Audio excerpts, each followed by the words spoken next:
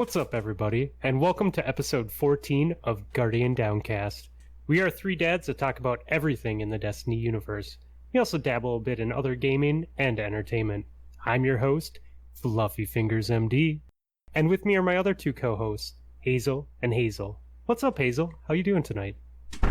Doing good, and I'm fine. How are you? I'm great, man. Hey, whoa. What the hell's going on here, guys? What, are you reading my intro script? I mean, it's kind of my intro script now. What the hell? I mean, I was just walking my dogs. I mean, I know we were starting a little early tonight, but damn, I mean, I don't know what to say, man. You just gotta be here, man. I mean, Priorities, you know? Oh, you if you say amateur bullshit, I swear to God, I'm out. amateur bullshit.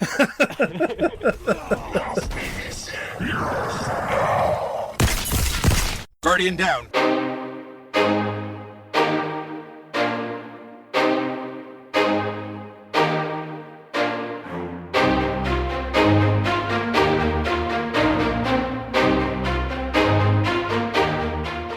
Hey, what's up, everybody, and welcome to episode 14 of Guardian Downcast. We're three dads that talk about anything in the Destiny universe. We also dabble a bit in other gaming and entertainment as well. I'm your host, the Gatr, and Hazel, my co-host, is here as well. How you doing, Hazel? Doing good, man. How are you? Very good, man. Very good night so far. Easy is unfortunately out of town on business, but he'll be back very soon. So to start things off, I wanted to introduce our guest of the show. He's one of the hosts of Potato Thumbs podcast and has the best hair in the business. My friend, FluffyFingersMD. How you been, Fluffy? Yo, man, that hair comment will get you really far with me. I'm pretty happy about that. Awesome. I saw that pic and I had to say something. Damn, you guys look good in Albuquerque, man. That was awesome. And that gold chain. Oh, yes. I remember hearing it. That was awesome. That was a great episode. All right, guys. Just an overview of the show. We got a lot to talk about tonight. We're going to get to know about Fluffy, of course. Then we're going to test his Twitch reflexes in a special fast fire session we call the Speed Run. We're going to catch up on the past week in entertainment and talk about what we've been doing in Destiny this week. And also discuss the coming Festival of the Lost for 2019. I'm real excited. And any important topics that have also come up in the TWAB this week, we will go over those briefly. Then finally, we'll answer our Twitter and Discord questions from our community and add 2 songs each from everyone here for our Guardian Downcast Spotify playlist. And holy moly, do we have a lot of questions for this guy. So let's get started.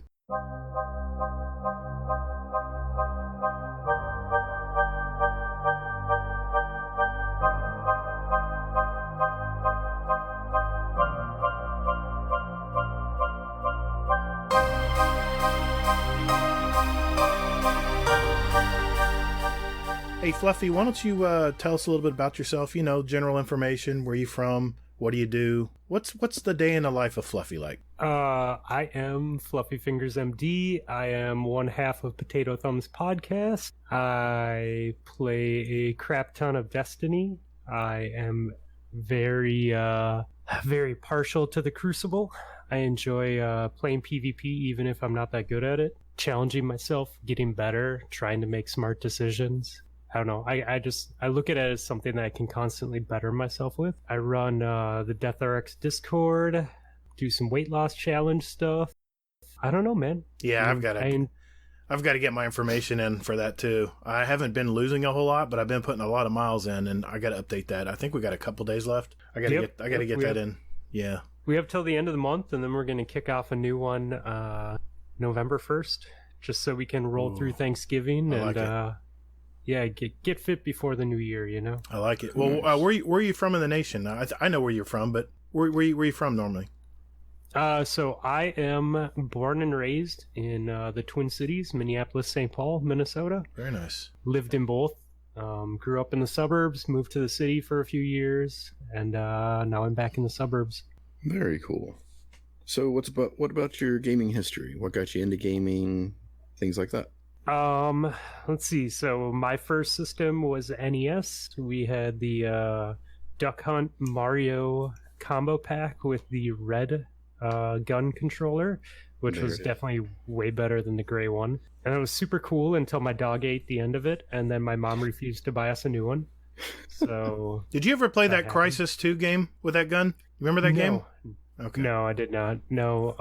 The only game that we had for the gun was Duck Hunt. Okay. And, Gotcha. I don't know how long we had the gun before my dog ate the end of the controller, but we never got a second game for it. So yeah, my parents, like, my mom had she did a good job of buying systems for us, but she did a really bad job of buying games for the systems. So, like, it wasn't until I started buying my own games that I would have more than like 3 or 4 for a system, So, like, I had an NES. We got the Genesis next. We only had a handful of games for that, like NBA Jam and 1 or 2 Sonics. There's a lot of renting games and stuff like that. But I mean, granted, she was like a single mom teacher, so it wasn't like we were like rolling in money, But yeah, I don't know. I never had a Super Nintendo, but I had a 64, and then PlayStation 1, 2, 3, Xbox 360, Xbox One, and now PC. So you made that jump from PS3 to Xbox. Let's see. I think it went PlayStation, and then it went Xbox, Right. and then PlayStation 2. And I think I had a couple PlayStation 2s because they broke, and I went to PlayStation 3. Wow. And I had the, like, where it overheats and the solder melts. Yeah, I remember that. The orange ring, yeah. So I tried resoldering my PS3s. I had 2 of them that I did that to, and they'd last like, the first one lasted like a couple weeks. The second one lasted a couple days, and I was just like, okay, I'm done with PlayStation now. And that's when I went to 360 and then Xbox One. Did you ever try to mod your PlayStation 1? Where you open it up and Yes. you could put clear disc in it? So we chipped our PS1, Nice. so that it would read burned games, Right. and then we would go rent games and copy them to discs. I did the same thing. That was so much fun. I had like a whole like Logic case Yep. of just like Yep. PlayStation games, and then with Xbox you could put a hard drive in, Right. and at the time 200 gig hard drive was about the max that was out there technology wise. So we threw 200 gig hard drives in our Xboxes, and then you could load some software so that you could not only play Xbox games, but you could load emulators on there. You could load music and movies on there, and then we'd network them through the house so that we could run them to TVs and access them from our PCs and stuff like that. So we really nerded out on the Xboxes. Yeah, you went a little further. That's brilliant. Yeah, you went a little further than I did. I just modded the PS1 because I couldn't afford to buy games. Those CDs were expensive back then. Yeah, $60 sure. was a ton of money back then. But what got you into Destiny? What was that hook that got you into Destiny? Do you have like a favorite moment that you want to share? So initially I hated Destiny. I was a big Call of Duty dude. I played a lot of Call of Duty. And let's see, my cousin Kazi, he wanted me to try Destiny.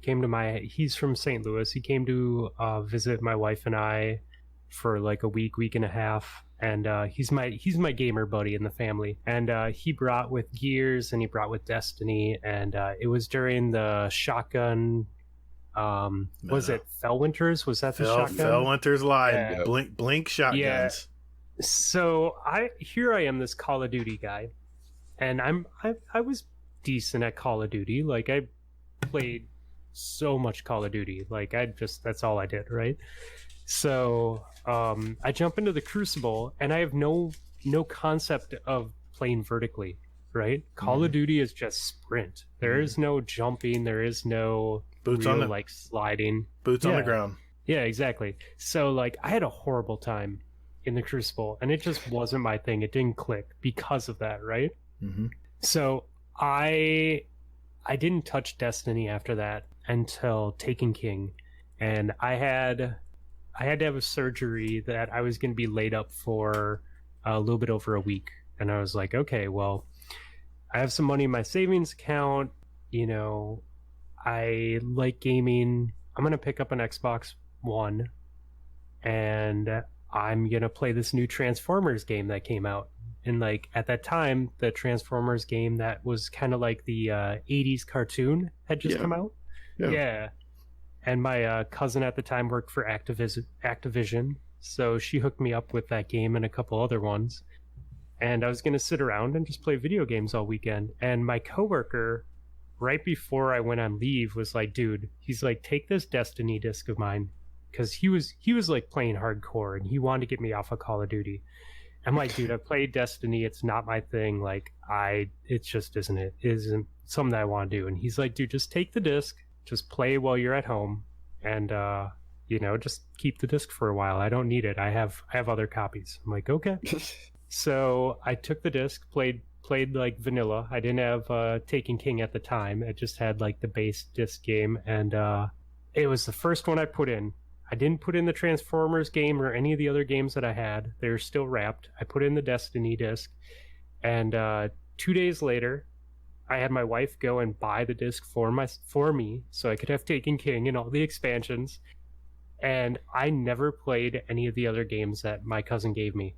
Like, it just, from that November Taken King, that was the game for me. And I never, like, I had these 3 other games that I picked up with my Xbox One that weekend that just remained in plastic until I gave them to friends or sold them like a year and a half later. Destiny-itis.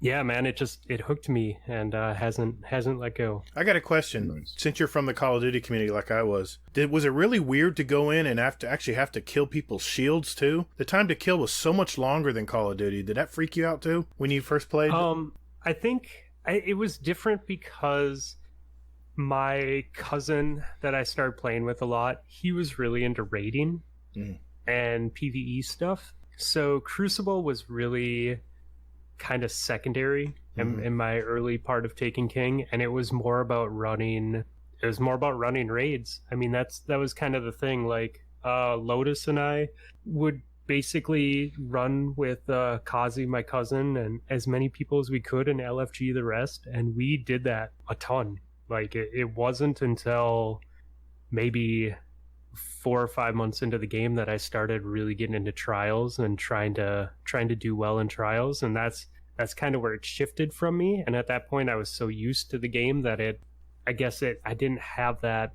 hard transition from Call of Duty. But I'll tell you what, like, going back to Call of Duty from Destiny, like, yeah, I can't do it, man, because I know. you don't have the movement.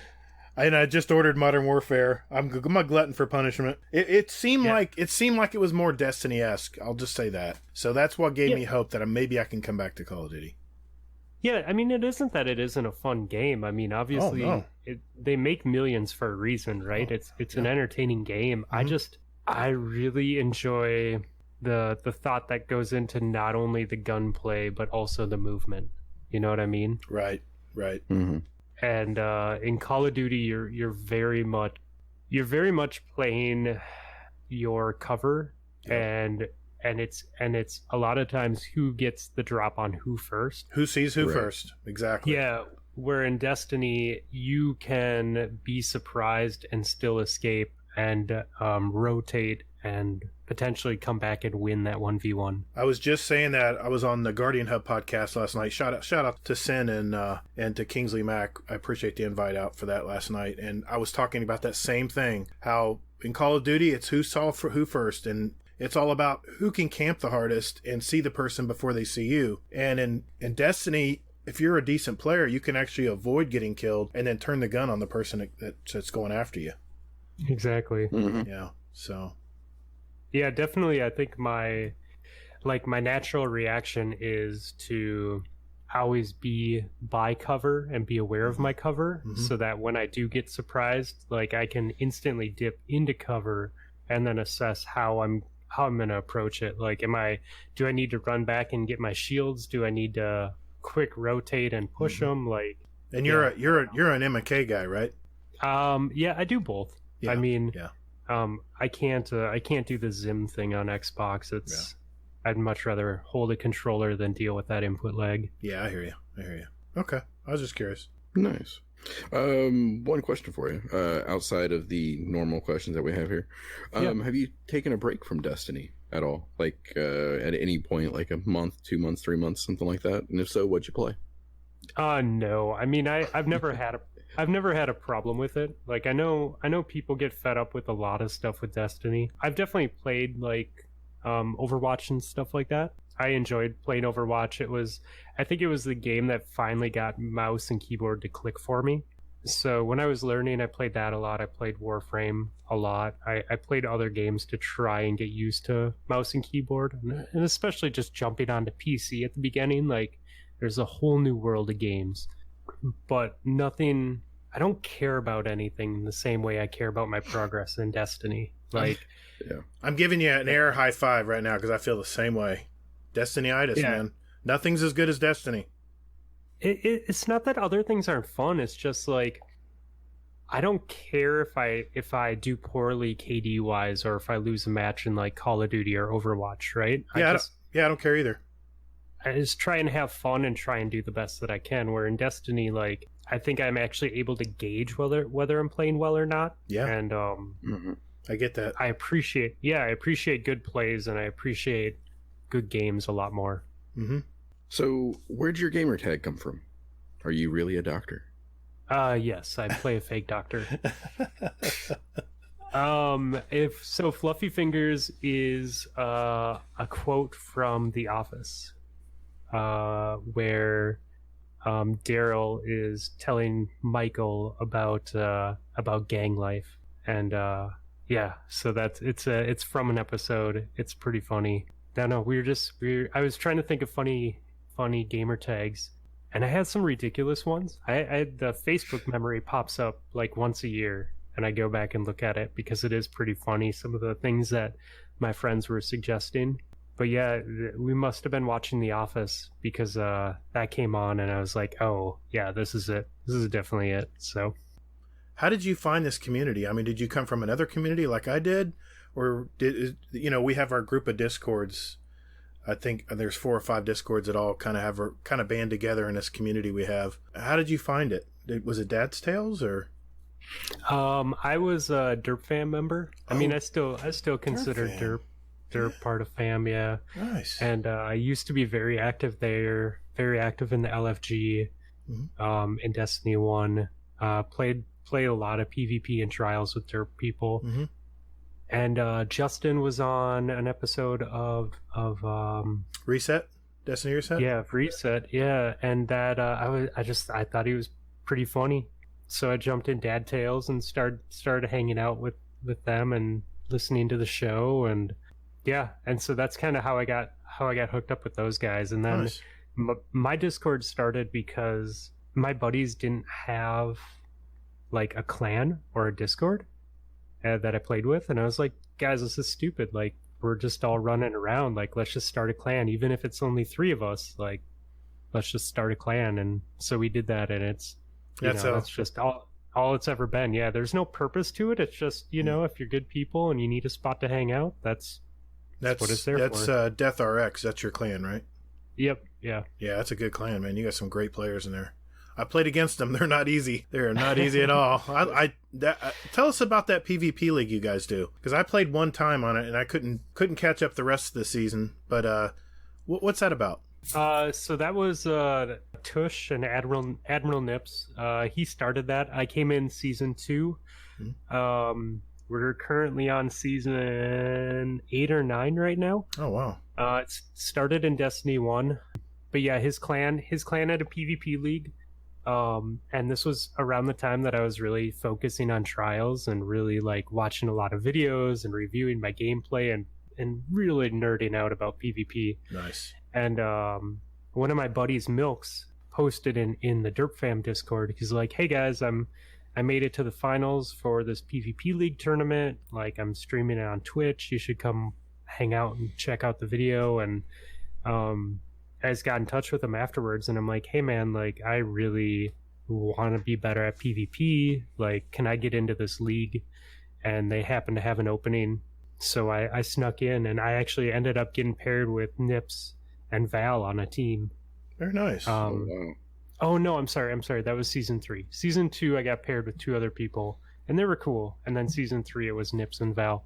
But yeah, I just the PvP league started, and we ran 2 seasons, and I think in season 3 or 4 I started helping with it, and then it just kind of became something that it's always been Nips's baby, but I help out as much as I can. Like, Wow. he's definitely the master of ceremonies and I'm the assistant. I didn't know that. I thought it was the other way around. No, definitely he's definitely the man. I just try and be as helpful as I can. It's a good combo, and it's cool too because it's brought a lot of really talented people, like a lot of our friends that we play with now, from just hosting League and running League, you know. Well, Hazel, I know you have another question for him, but I wanted to ask something real quick. So you're doing 3s next season? When's your next season start? Yeah, we're gonna do this last season. Let's see. So 2 seasons ago it was a Rumble League. Right. Last season it was doubles. This season will be 3s.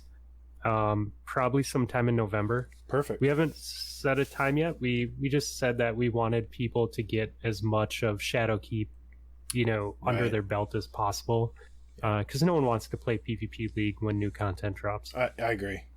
Yeah. Just a couple questions for you here.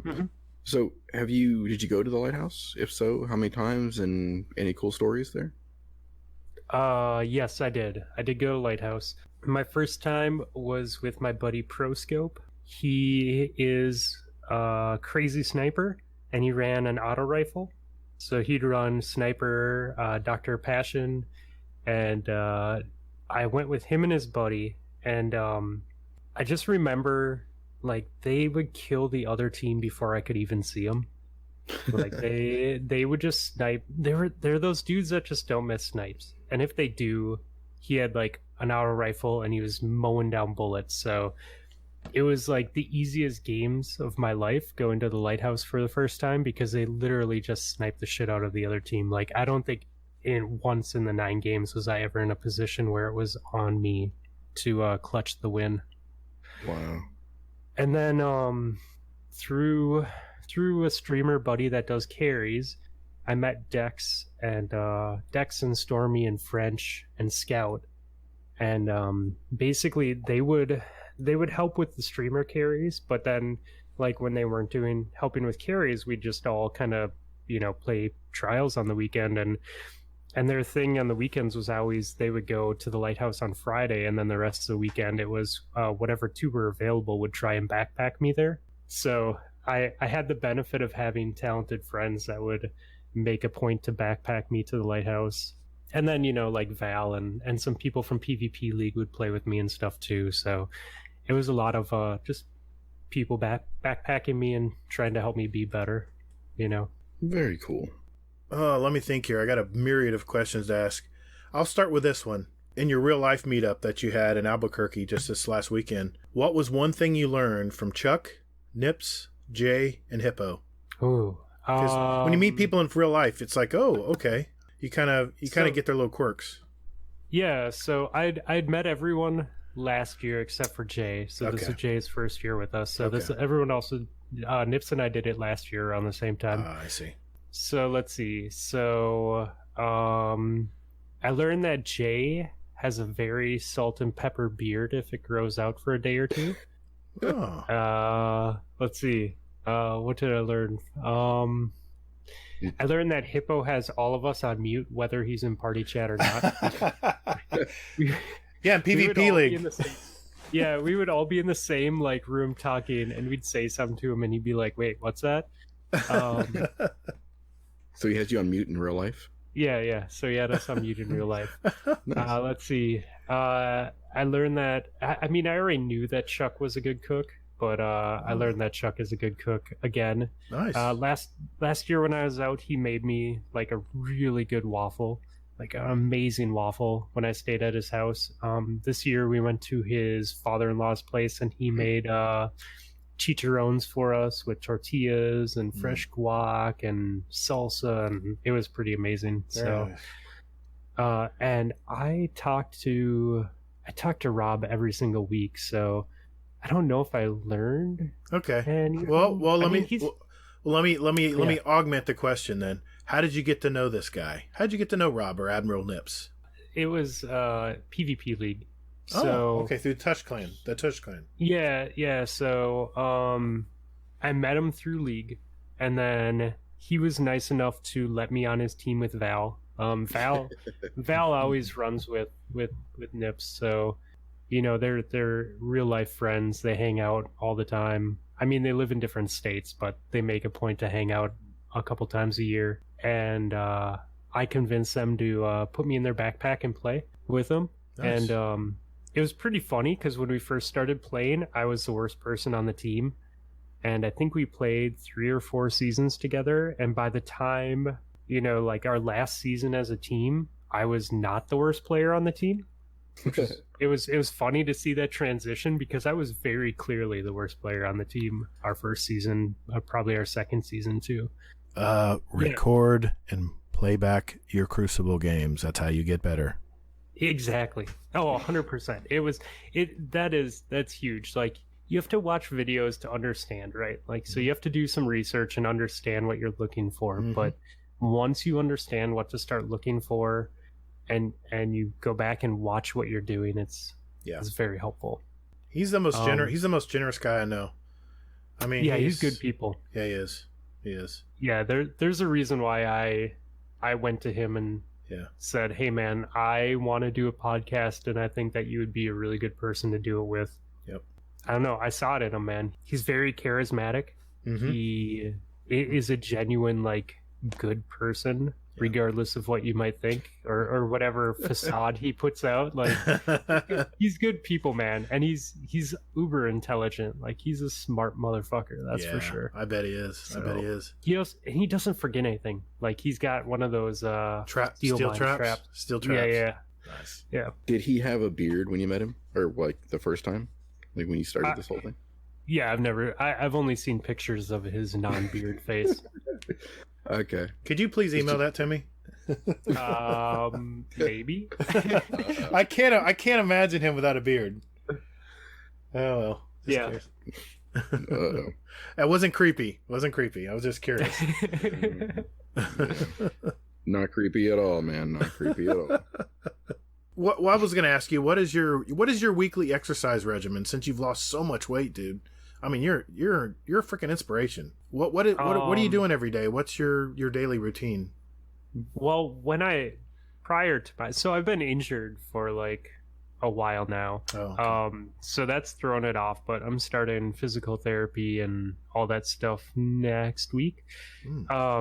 So I'll say prior to that, right? Because then I was like, I've been very plateaued for a while. Sure. Just due to that, but so I lost my first 40 on diet and walking alone. Like, no gym, no major exercise, like just trying to be active, taking stairs instead of elevators, trying to hit 10,000 steps, being very honest with the food I was eating. Mm-hmm. I cannot stress enough that diet and water are like the biggest thing. Like, hands down, the biggest thing that you can do to lose weight is your diet and drinking water and being hydrated. So in the spring, I started looking for other options for working out and got into running. And I've hated running all my life. Like, I thought it was never a thing for me, ever. And so once the running bug hit me, man, I was just like, that was my jam. That's all I wanted to do. It's all I still want to do. Like, I will be driving to work and I will see people out running, or at work and I'll see people running and I legit get jealous. Like, I can't, like, I just want to be doing it. It's like my real life Crucible almost. Wow. So so that's one thing that I hope to be doing again soon, in a week or 3. What did you injure? What did you injure, by the way? Knees. Oh yeah. It was pushing too many miles too close together. So I tried to do 3 big runs in 5 days. Oh wow.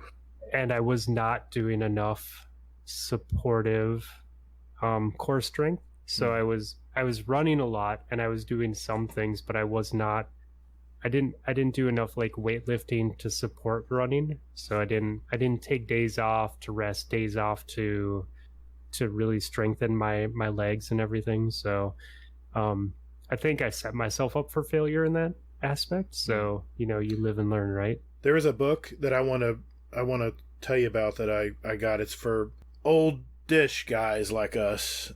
It's called The Athlete's Book of Home Remedies. I was reading this, and he's a big believer in rolling, using rolling after you work out. And he's all about, what's your ailment? Is it knees? Okay, then you need to work these muscles around your knees because your muscles support your knees and your balance is supported by this. And he'll give you exercises like a lot of medicine ball stuff, indoors and stuff. And I'd like to tell you that I've taken advantage of this information, but I like to play Destiny, so I don't get to some of this stuff, but it's so informative, dude. I got it on iBooks digitally. Yeah. I have my wife used to be a personal trainer, and she's like a mega athlete. Like, she got a full ride to college for sports. So she's always been like an athlete. She was a junior Olympian when she was younger. So you got a walking book. Yeah, well, we have a lot of, she has a lot of that stuff, I think, is where I was going with it. So we have like a roller and tons of resistant bands and all sorts of stuff. Gotcha. That I have access to that I'm just wasn't smart enough to be using. Gotcha. But like the reason I'm going like physical therapy is like, so I did the X-ray, I did the MRI, I made sure that nothing major was problematic. Like, I didn't require surgery type of thing. Mm-hmm. And then it was kind of like, well, do you want to spend, your copay and go to someone who's formally educated in muscles and injuries? Or do you want to go to the gym and roll the dice on a personal trainer? Because there are definitely great personal trainers out there, but there's also just assholes that are looking for a job that think that they know things. Mm-hmm. So that's why I'm going the route that I'm going this time. And I think I pulled you off on a tangent on your weekly exercise routine. Was there anything you wanted to add to that? Let's see what else. I have a buddy so I work in Minneapolis. St. Paul, for people that don't know, is like 6 miles away. Mm-hmm. So they're technically, they share a border, but the downtowns are not like I've been right next to each other. Mm-hmm. Yeah. So I have a good buddy who plays Destiny PC as well, and he works with me. And so whenever the weather is not rain, I will drive to his house instead of driving downtown, and then we bike from his house into work. It's about 6.5 miles. Very nice. So like I think that the point is to just do things like that. Like, I try and do extra things, right? Like, if I don't need to go and park my car downtown, I can bike into work. Or, if I'm not biking, I'll park across the river and walk a mile in.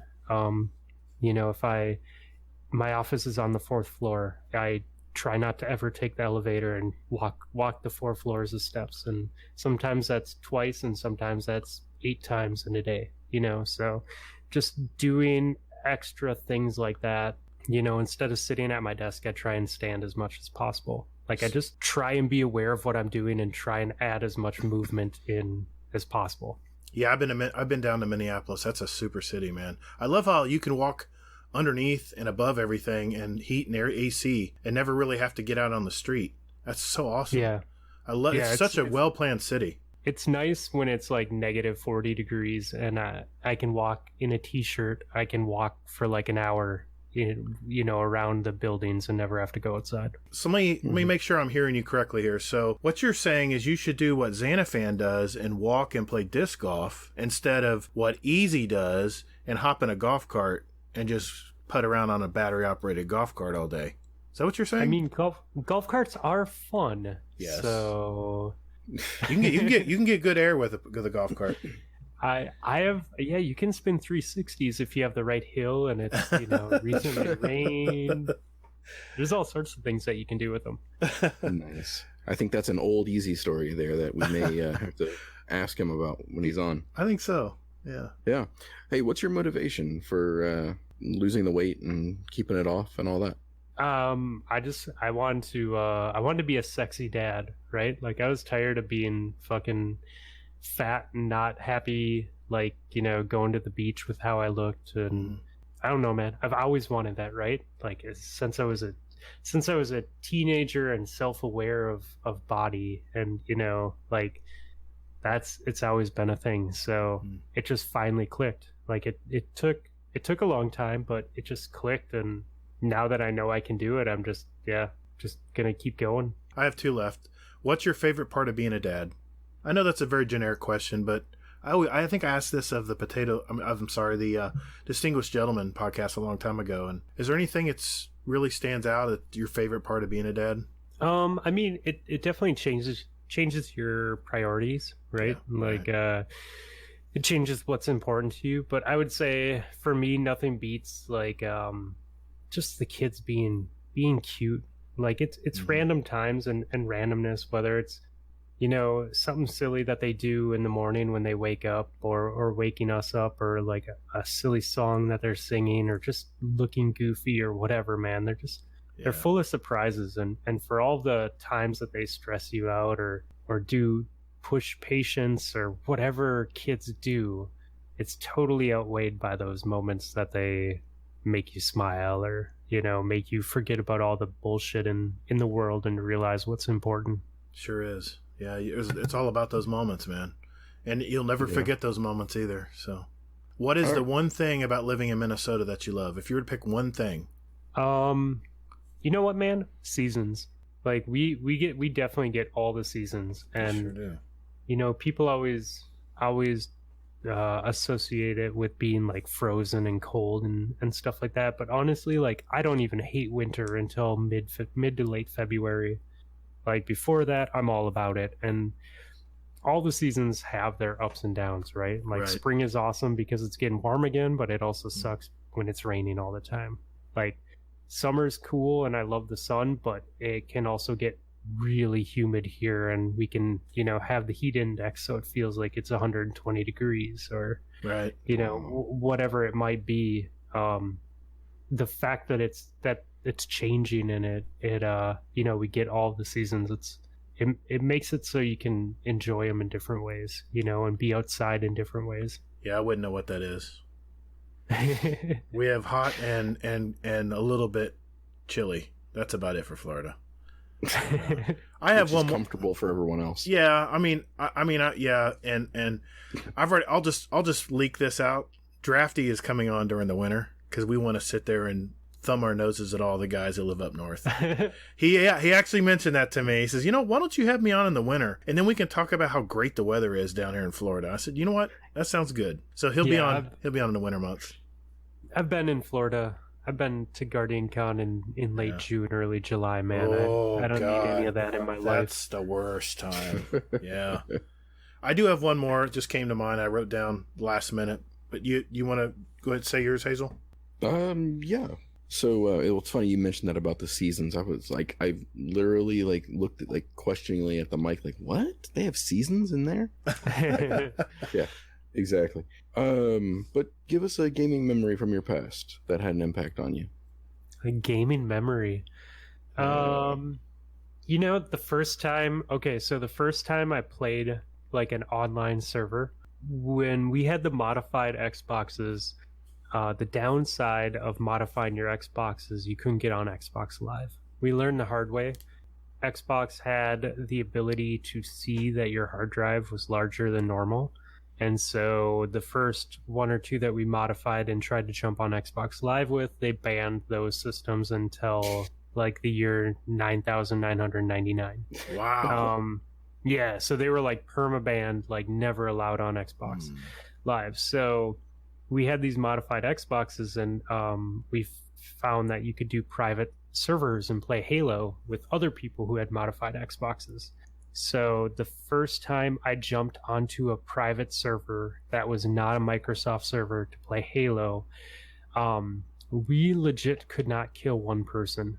What? We sat in my buddy's apartment and we tried to kill people and shoot people, and looking back I understand why, but at the time we were like, okay, these people are gods. Like, this is absolutely ridiculous. Like, we cannot kill a single person. Like, they are so fast. Now that I look back at it, I just assume that that was because it was their servers and they probably had mods going on. I was just going to say that. Bots or lag or whatever it might be. It probably was not a fair scenario, but I definitely will never forget that because we thought we were the shit in Halo. Like, I was one of those people, man. Like, my friends could not touch me. Like, I just dominated like deathmatch whenever we played. And so when I jumped in the server, I was like, I'm going to own these fools. And I just got pub stomped over and over and over again all night.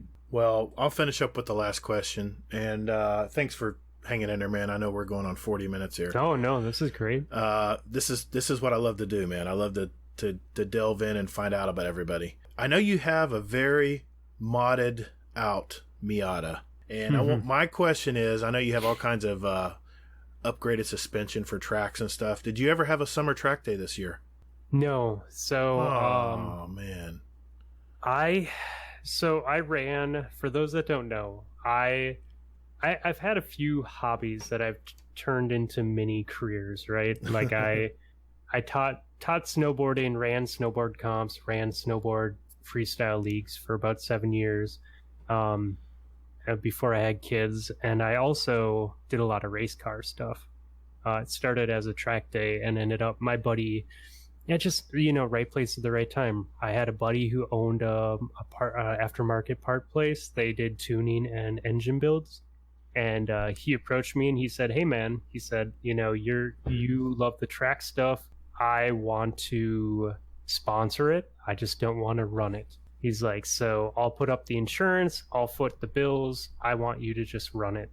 Because he knew me. He knows how OCD I can be, and he knows that I could run events from all my snowboarding stuff. So I ran track events for 5 years for him. So we did like high performance driving schools, we did time attacks, we did autocross, and then we just did test in 2 nights as well.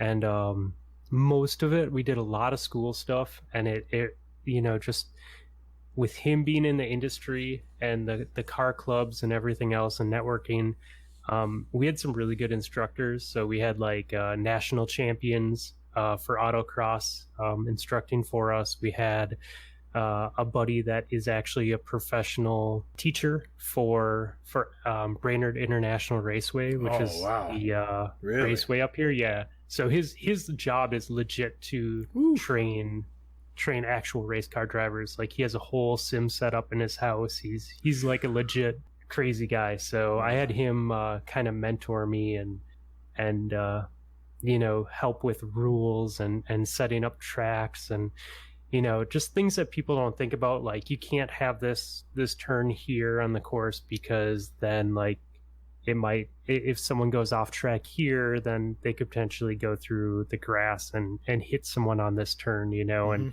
just stuff like that. So man, that's such great company to be in. Wow. Yeah. So that led to me slowly building a track car, which is what the Miata is. But with kids, I slowly realized that we were running track events, 1 to 2 track events a month, which doesn't seem like a lot, but that's my family giving up an entire weekend so I can spend Friday night at the track. Right. Which my wife never complained about. She's always supported me in this shit, whether it's snowboarding or gaming or whatever. Like she's always got my back. But like after a while, it's just kind of like, dude, do I really want to go and spend the night at the track and the rest of the weekend at home, or do I want to like go up to my parents' cabin with the kids and like sit on the beach, and have fun with them and do that sort of stuff. And so it just slowly, became a priorities thing where I was like, I enjoy race car driving, but I'm never going to be the person who's at the top, right? Like there's only a certain limit that I'm going to push myself to. And I don't need to go beyond that. So I don't need to be the fastest dude on the track. Like I know my abilities and I can push my abilities, but I'm never going to put myself in the position where I'm risking my car and my health and safety and all that shit, just to like dick measure on my time. It's the reason I gave up motorcycles, because of my kids were still in school and I had to give it up. Yeah. It just, I don't know, man. Shit changes as you get older, right? It does. Yeah, it does. Yeah, it does. Oh, we got the speed run coming up. You got to get that. You got to show up Nips, man. He'll go crazy. No, he's going to get a makeup later in the year here. I've already talked to everybody. That's going to be our Christmas episode. I'll just let you guys know. That's going to be a speed run episode. We're going to pre-record everybody doing the speed run, and we're going to air it right on that Christmas week. So it'll be something everyone can listen to come Monday after Christmas and all that good stuff. So cool. Hey, thanks for hanging out, dude. I appreciate you being candid with us. And let's move on, guys. Call the Praxic Order. Call the Thanatonauts, the Jinsen Scribes. Call everyone so they can witness you. I'm excited for this. This is time for the speed run. On this segment, we have a database of 66 randomly asked questions, and Fluffy will have 60 seconds to answer as many as he can. These are short 1 or 2 word answers, and we're going to keep track of how many questions were answered by our featured guests in each episode. The questions are randomly asked, so no one can memorize the order, and you'll have to answer quickly, whatever comes to mind. At the end of the year, the guest with the most questions asked will win a prize, and I just purchased this prize, so I can tell you it is definitely going to be awesome. Tonight, I'm going to ask the questions, and I think, Hazel, you're pulling double duty tonight, brother. You're going to have to be our quality control expert and our timekeeper. So, you ready? Both of you guys? No. Okay, I'll wait. No, I'm good. Okay, here we go. 3, 2, 1. Pulse, scout, or auto rifle? Pulse. Would you rather be famous or unknown? Unknown. Is racing a sport, yes or no? Yes. Garth Brooks or Led Zeppelin? Lead. Horror movies, Okay. yes. Horror movies, No. yes or no? No. Have you ever been in a band? Yes. What's your favorite color? Blue. No, it's purple. Who is your favorite actor? Don't have one. Favorite gaming console? PC. Morning person or night owl? Night. Warlock, Titan, or Hunter? Right now, Warlock. If you could live anywhere in the world, where would it be? Hawaii. Who is your favorite musician? Hip hop artist. What was your first video game? Mario. Do you believe in spirits and ghosts? Yes. Dogs or cats? Dogs. Rock, paper, or scissors? Rock. DC or Marvel? Marvel. Okay, time. Wow, I think we got a leader, man. He was rolling on these. Zan had it last week. He was heading to 20. And that one question stumped him. What was your favorite Destiny 1 weapon? So, Hazel, what do we got? 18. 18? Really? So he tied. Yep. He's tied with Jay. Is that correct? That would be correct. Wow. Nice. Wow. So if, let's just say 18 is the stump where no one can get past it, then at the end of the year, there's going to be a drawing. And whoever wins the drawing will win the prize. Did someone do better than 18? Nope. No. Zan had it, man. I'm telling you, Zan was heading to 20. Yeah, And- he was going. And he got stumped. I made you kind of stumble too with one of those questions. That's okay. With my weird answer. No, it's okay. It's an answer. You answered it. No, I know, but I think if I wouldn't have done that, maybe Oh. I'd have snuck out that. I don't know. And as soon as you answer the question, I'm already looking at the next one. So, Word. damn, tied for first. Dual Did leaders. I beat Nips? Yeah, you beat Nips. Yeah, you but destroyed Nips. wait a minute now. Nips has a makeup one. So now that he knows your number, he's gonna be going after you, man. Yeah, that's fine. Well, good job, man. Good job. Dual leaders. So the leaders as of now, as of October 24th, 2019, is AKA Gear Dad and Fluffy Fingers MD. Nice job, dude.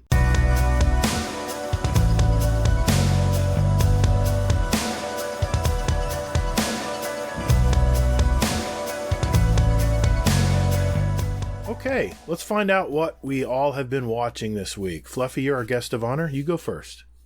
Okay, so I have life shows and then I have solo shows, right? So I get- have my series that I can watch in my free time and my series that I have to wait until the wife and I are hanging out. I so know where you're coming from there. So my free time passion right now is the Wu-Tang TV series on Hulu. Yeah. Oh my god, dude, I'm so hooked on that. It's pretty great. I really enjoy it. Is that after the music group? Yeah, Mhm. it's created by RZA. I know Riz is, yeah. Yeah, it's basically the telling of how Wu-Tang came to be. Wow. And it's really a lot of them like growing up and the different like projects that they were in, and how the group came to be, and it's really cool, man. It's really well done, definitely entertaining, and if you like the group at all, you know, it brings a lot to the table if you're into it at all. And you know, I grew up like I'm in my late 30s. I grew up with Wu-Tang, so I've always been a fan. Yeah, that's old school, and man. And then my my wife's show that we've been loving is Schitt's Creek. Yeah, I know that one. Yeah, so we started it, but there was a lot of shows that we had going on at the time, so it kind of fell in the back burner. And she went away to St. Louis for a wedding shower, and she came back, and her sister had her watch a bunch of later episodes, and she was hooked. So I'd been wanting to get back into it, and she was all aboard this time. And so we started, and we're beginning of season 3 right now. So I think they're on 5. But we love it. Like the writing in that is hilarious. Eugene Levy's son is amazing. Like there's so many good characters in that show. So it's in my queue. There's so many things in my quew. It's never enough time. Make time for it. And you got to give it like half of the first season. Okay. You got to learn the characters, right? Mm-hmm. But it's like Parks and Rec good. It's very nice. Brooklyn Nine-Nine good. It is a very good comedy. Like once you get that character development in there, it's there for sure. Nice. Those are my 2 shows right now. All right, Hazel, what do you got, man? All right. Pretty much just my usual stuff right now. I've got 2 episodes left of The Affair, which is devastatingly like timely and everything like that. I know Gru watches it, and he will send me the occasional message going, he's like, I don't know what the fuck is going on. It's just, it's all about perception. It's just completely it just messes with you, where you're like, okay, it's his perception is this way, while everyone else's perception is something different, and it's like, ow, that hurts. So yeah, it's good stuff. And then aside from that, not much else. But actually, I've actually made my way through. I finished 3 different books. Well, actually, one book I finished, The Oz Principle. It's not about Dr. Oz. It's about the Wizard of Oz, and it's it's like a book I read for work, basically, where it's pretty much it's all about accountability and holding yourself accountable, holding your workplace accountable and stuff like that. I'm reading the 2nd book of that, which I'm almost done with. And then for fun, which isn't that much fun actually, I'm reading another book called Baby Teeth. This is about a mother who hates her child, and like a 7-year-old child, and a 7-year-old child who hates her mother. And it's just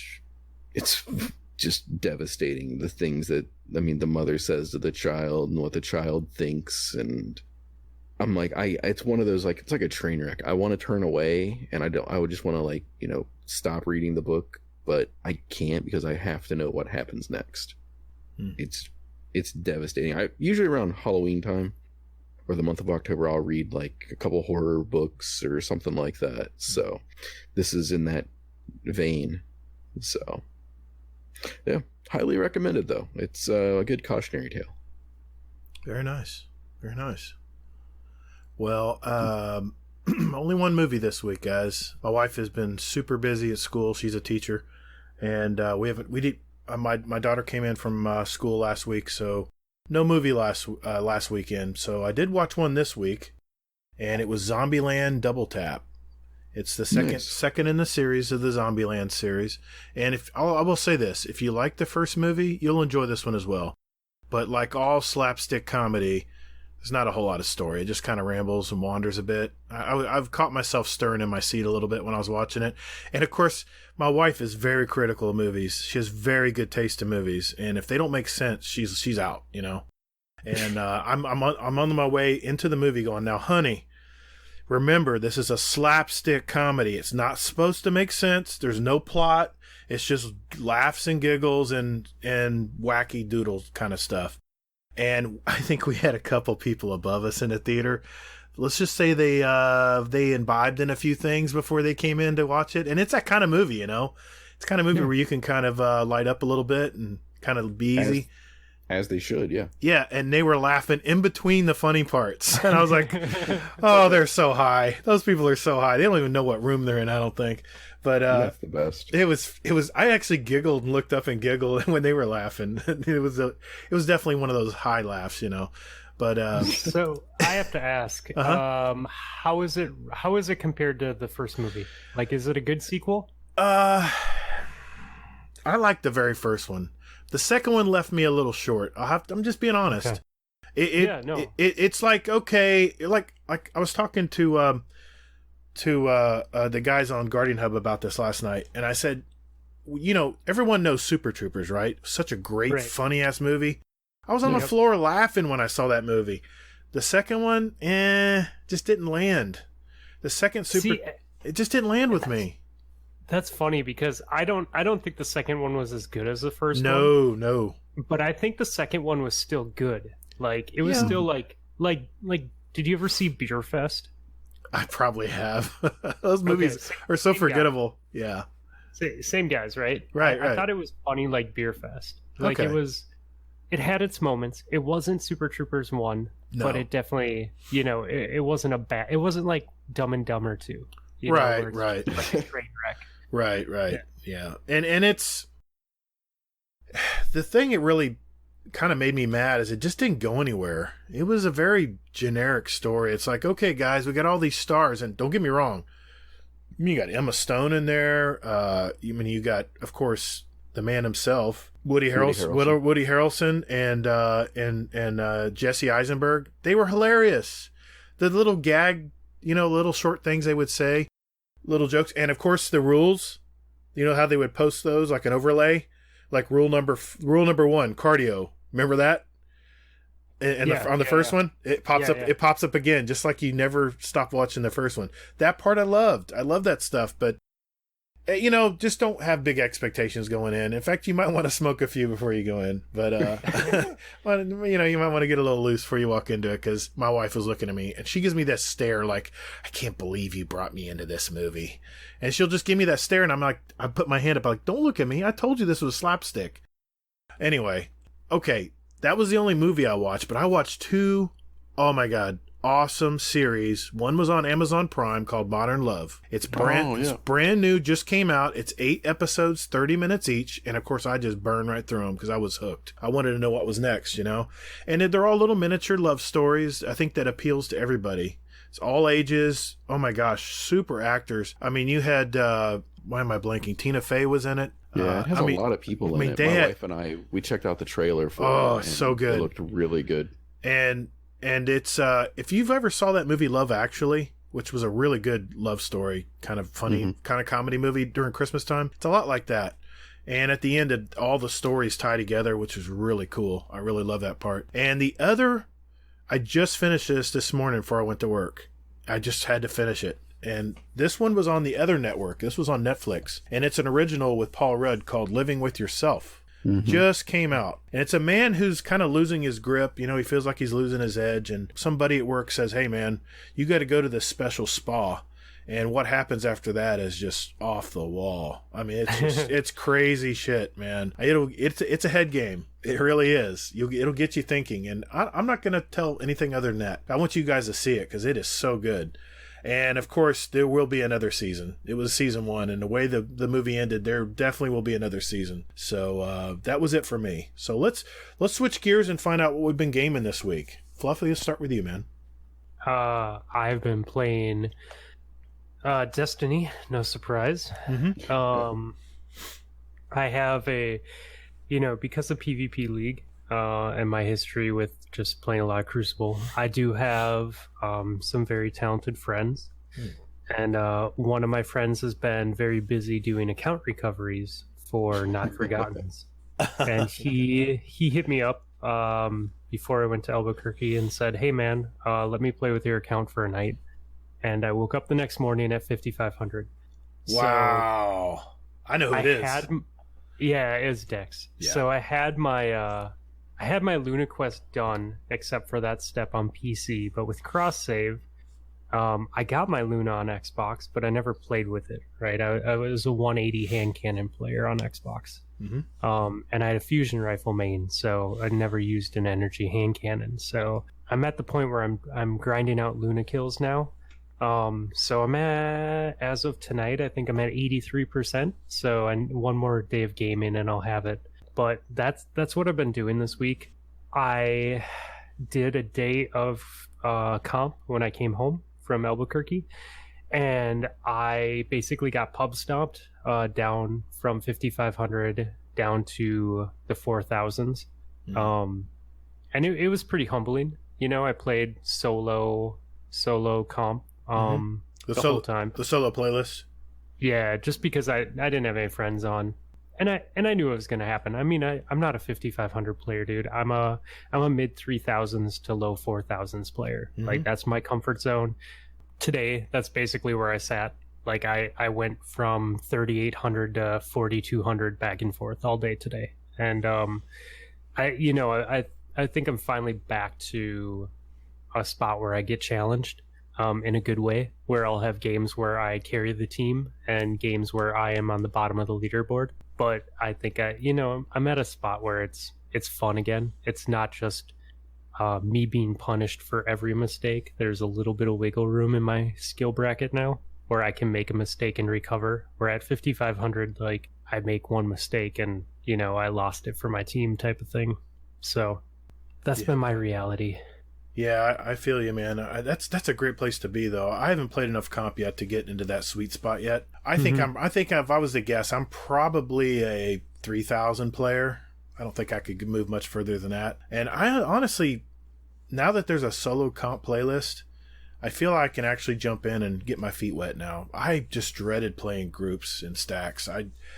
I just got so frustrated because I guess the way they do it now is if you do well and your teammates don't do as well, that it doesn't penalize you as much. Is that right? It seems to be pretty fair. I mean, you still play people that are 5,500. Like, my very first game today was against Pure Chill. And he's like a dude that runs with like Fallout and all those guys. Oh, yeah, I've seen him play. He's good. Yeah, he's a very talented sweat. And wow. But he got paired up with a bunch of potatoes. It was I led my team and he led his team, and we actually won against him. I actually won some gunfights against him. Very nice.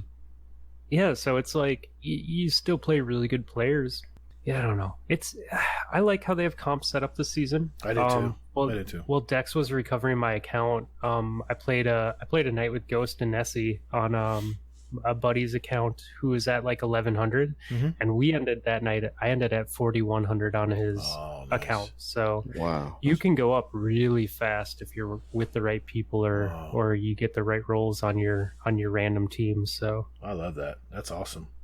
Yeah, for me, like last week it was fun. I got to play Iron Banner, and I was doing all right. I was doing good. It was great. I was winning. It was fun. Laughs were had. Jokes were made. Arental was used.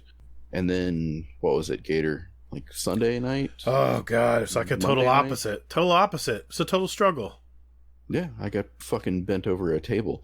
I felt bad for you, too, dude. I was like, oh, man. He's not even in a good way. What's your light level? What was your light level in there? Your power level? Were you like a 920? I was just like 931, I think, was the highest if I used everything. I think I was a little bit. I was like 938, and we had guys at 980 power, man. Yeah, 960, 970. I was like, what the fuck is this? Yeah, I mean, it was abysmal. I left the game, and then I went and I played, and I dropped a 2, and I'm like, this is great. It's like, okay, it's all the light, basically, is it. Like, it's weird that I had to play comp to feel better about myself. I never felt that way before. But yeah, without a doubt, Iron Banner can be taxing. Yeah, well, this is the first one. I mean, hopefully they'll fix the bounty piece to that, where you can't keep getting like bounties all season long or all week long or all whatever it is. Yeah. Because they did come out and say that was an error. So it was nice though. Like, I think that they should leave it because otherwise when you get to Iron Banner, like, if you get all your bounties done in one day, then what do you have left? Whereas with that bug, I don't know about you guys, but I kept getting the defeat enemies bounty, so at least gave me something to grind. Because once I did my, what did I do? I did my Titan first, and then I switched to my Warlock. It allowed me to just play my Warlock the rest of the week. Yeah, that's not bad. Yeah, I mean, I can see the good side to it. I mean, it keeps people playing, but it was just like abysmal for me because people kept basically getting up to like 970, 980, and it was just like, for fuck, you know. And I was just talking to you last week, Hazel, how my usual sure kills with my fusion rifles was lacking, and I thought that maybe they had nerfed fusion rifles a little bit. How do you feel about this, Fluffy? Do you think fusions are pretty consistent still, or do you think they've been weakened a bit?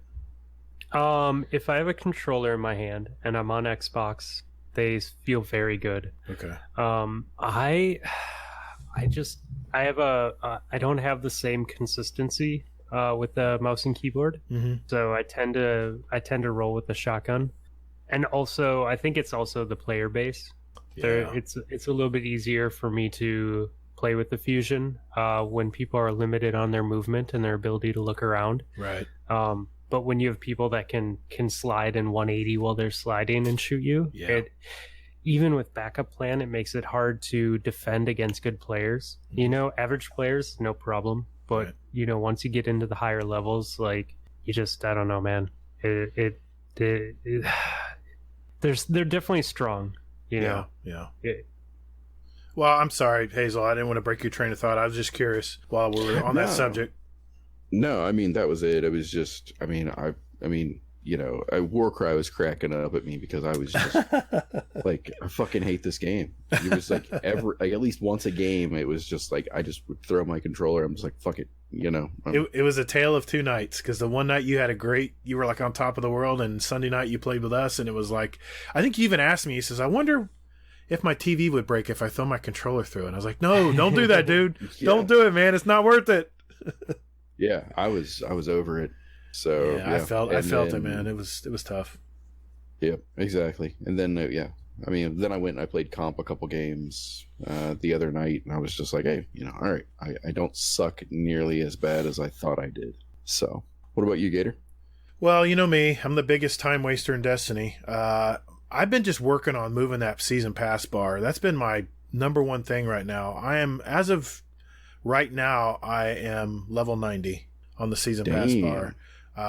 I've got, just hit 90 this morning before I went to work. And I got 10 more rounds to go, and I'm about to get the ship, which I'm not crazy about the ship, but I want to get that exotic emote. You know, there's a few things I want to get down at the end down there.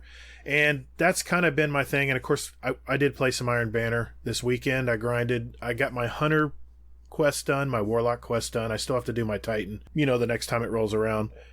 But I had about 1,200 Iron Banner tokens that I've been saving since year one or year two, I guess. And there was just nothing to buy in year two. I had everything, you know. I had the spike grenades on the that grenade launcher that comes from Iron Banner. I never can remember the name of. You always have the name for it, Hazel. I was waiting for you to tell me. What was it? The fusion you said? No, the grenade launcher in Iron Banner. What is it? I know, I never can remember it. But I had... Is it Raven? Swarm of the Raven. Swarm of the Raven, yeah. And the very first one I got had the spike grenades. I'm like, okay, I'm done. Don't need anything else. So I just held on to my tokens, and I turned in 1,200 of those suckers. I didn't turn in any of my bounties because they're all pinnacle drops, so they're all waiting for when I get a little higher power. I'll turn them in then. But I exhausted all 1,200 of those tokens, and I got a ton of enhanced mods. I love that about Iron Banner. Yes. I was getting hand cannon targeting, hand cannon reloader, enhanced mods, which of course I get those because I use a ton of hand cannons. You know me. I hate hand cannons. And you know, I got some other things too that I'll work with, but I still want to get that pulse rifle targeting enhanced, and the enhanced anything enhanced but a damn hand cannon. I play on PC, I don't like using hand cannons unless I have to. But to each their own. Exactly. You know, play with what you love to use, you know. And other than that, it's been a little busy this week. I haven't really been able to really grind. I think my light with my artifact is at 948 right now. So, I do have a free-to-play account on Steam. I play with my son. We played last weekend. We played some Iron Banner and Gambit. He seems to love Gambit, so we'll see how he feels in a month after we've been grinding Gambit forever. Poor guy. And no, he loves it. He loves that puzzle quest type game. He loves it where they're fighting against each other. And I would do the invasions, and him and his buddy would. He's got a good friend in college as well, and he joined up with us, and they would go kill stuff, which is what they're good at doing, and I would go invade. But other than that, that it's been a pretty light week. Just a lot very busy, and I just log on every morning. I do my gunsmith bounties.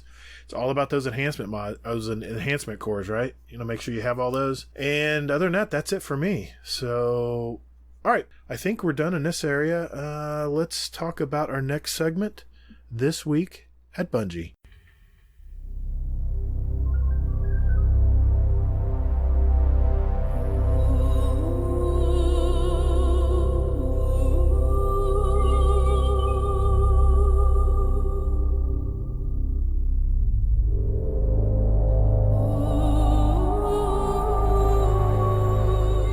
Let's talk about what's going on with Bungie this week. Hazel, you're up. So I found out that one of our interns is actually on vacation. So that's one reason why we have a second intern, apparently. I didn't even know that. yeah, we have 2 interns. Awesome. Yeah, they apparently multiply like rabbits. Jeez. I mean, probably after this, we're going to have 3. Oh, my God. That's not an invitation, so don't take that literally. So much for procedures. Yeah, exactly. No applications needed, apparently. Guess not. We just hire anybody. Fucking look it easy. So. Sorry. All right. This week at Bungie, we've got some key things that we're going to talk about at the end of this. But the new exotic xenophage, aka the bug gun. If you remember any of the notes that came out and pictures from like Guardian Con where they were showing new weapons, and there's a picture of like some bug in amber. That's the gun that's going to be dropping for us at some point, probably next week, it looks like. And there was one sentence that really stood out, Hazel, not to interrupt. It says, where will your path take you first? It says there will be many options for you to consider depending on how you like to play the most. I love this. No narrow alley you have to go down to get this gun. They're probably going to have it where you level up something and keep rolling. Yeah, they're probably going to give you like the bug or something like that, or something, and you have to, level it up or something. That'd be pretty cool. I dig that.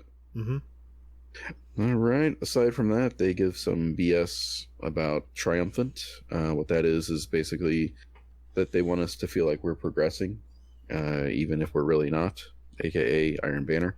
But really, it's that if you, like Season 8, like the power bonus example that they give, that Triumph under the events tab, that it has 3 tiers. And for each tier, you will go ahead and you'll get basically a little bit of Triumph points for 10 points or something, I think. Yeah, I think it's like 5 for the first one, 10 for the second, something like that. So, and it all ties back to your artifact. So yeah, it's Bungie trying to make it seem like you're progressing, somewhat, and recognizing you for it. So not entirely bad. You guys have any thoughts on that? I've already kind of picked up on that. I realized, and when the season came out, that I was getting partial credit for stuff. I was like, oh, that's good. I like that. It gives people a pat on the back, hey, keep going. You can get it done. Yeah. Yeah, I like it. Yeah, exactly. Here's a carrot. Yep. Just keep dangling it there. So, yeah. Aside from that, they showed some pretty pictures of some Guardians that were not Gatrs. Bullshit. And then after that, pretty much like the first big update in here is going to be momentum control. Yes. Yeah, this shit sounds fucking legit. It sounds crazy, doesn't it? Yeah, I'm already sold on this. I'm going to spend pretty much all week in this. So, just a couple notes here. Instant respawn times. So, yeah, there's that. Weapon damage will be increased. Your abilities will regen after you kill someone. I love that. Mm-hmm. No static timer. Literally, you have to kill something or get an assist on something to power up your super or your grenades and stuff. I love it. Yep. No tracker. Oh, God. I don't know about that. I love it. I'm not a fan of no radar. We'll see. And then amped control, which is basically zones capture faster and grant more bonus points per kill. And then supercharged supers. Increased damage resist in super means you become the 1,000-pound gorilla. But they have a note here. Be careful, because heavy weapons will put you down quickly. And speaking of heavy, increased heavy ammo respawn rates and drop amounts. This can be really fun or really, really frustrating. When I hear no radar, all I can think of is Destiny 1, everyone's hiding around the corner with a shotgun. I can't stand that garbage. Spooky Trials? Yes. I can't stand that. So I played the worst season of comp ever, which was season 3 to get Redrix, and that was no radar. Oh comp. yeah, that's right. So I have mixed feelings about this. I'm going to play it. I think it's cool. The instant respawn, anytime I've seen instant respawn being used in Destiny, it means that there's a good chance that you're going to get a bad spawn location. Yes. Yeah. They use that respawn timer to calculate the best place to put you. Agreed. Instant respawn means that there is a chance that you're going to land in front of someone, on top of someone, in front of a super again. So I see the community being salty about that, and not understanding the game mechanics. So that part's, like, there's potential for a dumpster fire there, but I'm all about the no tracker. I think that it adds some fun to it, and by changing up the ways that melees and grenades and supers work and making it about gunplay, it'll be very interesting. Yeah, I agree. Yeah. Could go one of two ways. Depends on how you like to play. Mm-hmm. Yeah. It's funny because they're like, it's not mayhem, but we're going to give you a shitload of heavy ammo. Mm. Yeah, and your supers are going to be pretty much not quite invincible, but, you better have some heavy. Mm-hmm. Yeah. So, yeah, I'm really looking forward to this. I do have a thought about that instant respawn time. Mm-hmm. I don't know if it's going to be instant or if you can actually just press the square button or whatever it is on Xbox or PC to get back into the fight. I remember you just threw you right in. You had no control over it. That's what I remember from Destiny 1. That you die and you're just spawned right away again. Mm-hmm. Huh. Okay. You're not gonna be able to sit there and pan your camera around. You're gonna be back in. I don't remember if it was Destiny or 1 or 2, but they definitely had instant respawn at some point, and people were getting frustrated because they were getting bad spawns. And I know in private matches, if we ever put on instant respawn, it really messes with stuff. Mm-hmm. Good point. Okay. Good point. Yeah, I just wasn't sure because it says here, out of the fight, ? No problem. Drop right back in immediately. So it makes it sound like you have an option of dropping right back in immediately or holding out. And we'll see. Because you know how they do that sort of with PvE where, it says respawn and you can wait and press it when you want. Yeah, it'll be interesting. Wait until somebody drops a super and then there's a big gap and then you can go ahead and press square. I'm just waiting for the one. Go ahead. Oh, I was going to say that would be nice because then you can just jump off the map and wait until their super's done. That would be nice. Well, all I can think of is there's going to be some guy that figures out where the spawns are. He's going to sit there with a shotgun. As soon as you spawn in, boom. As soon as you spawn in, boom. I'm worried about that. We'll see, I guess. No. Any other thoughts, you guys? There's going to be no radar, so they got to use their eyes, right? Yeah, good point. Good point. That is true. Yeah. I'm just not a fan of no radar. I don't know. It's the COD in you. It's that, and, a lot of Call of Duty now doesn't have radar. And it's the one thing in the new Modern Warfare, unless you have a UAV, you're not going to be seeing who everybody's coming. So you have all these extra gadgets that, you have personal radar and stuff, but it's such short range, and the people are on you before you even know it. And it pulses. It's not a solid. So, things like that. it's a little frustrating, but you just got to adapt to it, I guess. But I like that. It's going to make it a little more Call of Duty. Yep, exactly. I like that they're changing things in the Crucible, right? They're experimenting. Yeah. I mean, that's what they said they wanted to do with Crucible Labs. We never saw it come to light. Now we're seeing more of it. So, I hope that they keep doing this, and then they start adding more game types in rotation, start doing stuff like that. That brings up a point. Have you tried the new elimination? Yeah, I mean, it's fun. The only reason that I stopped playing Elim was just because I was grinding glory. Gotcha. But I think once I get my Luna kills done, I'm going to be much more open to playing other things. Gotcha. I like Elim. I think it's a good game mode. You have, unlike survival, where if you go down or you make a bad play, you get respawned at the respawn point. Elim, there's like a thought process in, right? Like you almost want to bait the other team away from the orb so that you can loop around and go back to it and get the res. Yeah, the thing I like about Elim too is survival is Elim. It's just stretching the game out, so your games are longer. I mean, eventually it comes down to elimination. As soon as you run out of those respawns on your team, and what frustrates me is I'll have people that'll just feed and use all my respawns, and I'll die one time and I'm out of the game. It is similar, but it's not the same for the simple point of you respawn at the respawn point, right? With Elim, with something like Trials, like that orb is very important. And if they can pull that orb, now you have two people playing together side by side. That's right. If you die in survival, you start at that respawn point, you're running across the map to try and get back to your teammate before he gets 1v3'd or 2v3'd or whatever it might be. That's a good point. So you're separated, and it breeds like a team mentality, especially in like freelance where you don't have to stick together, right? You see a lot of people like go their own way. They aren't playing as a team. Mm-hmm. But in Elim, you need to be on those orbs. Like if you want to win, you need to control that zone and control that area.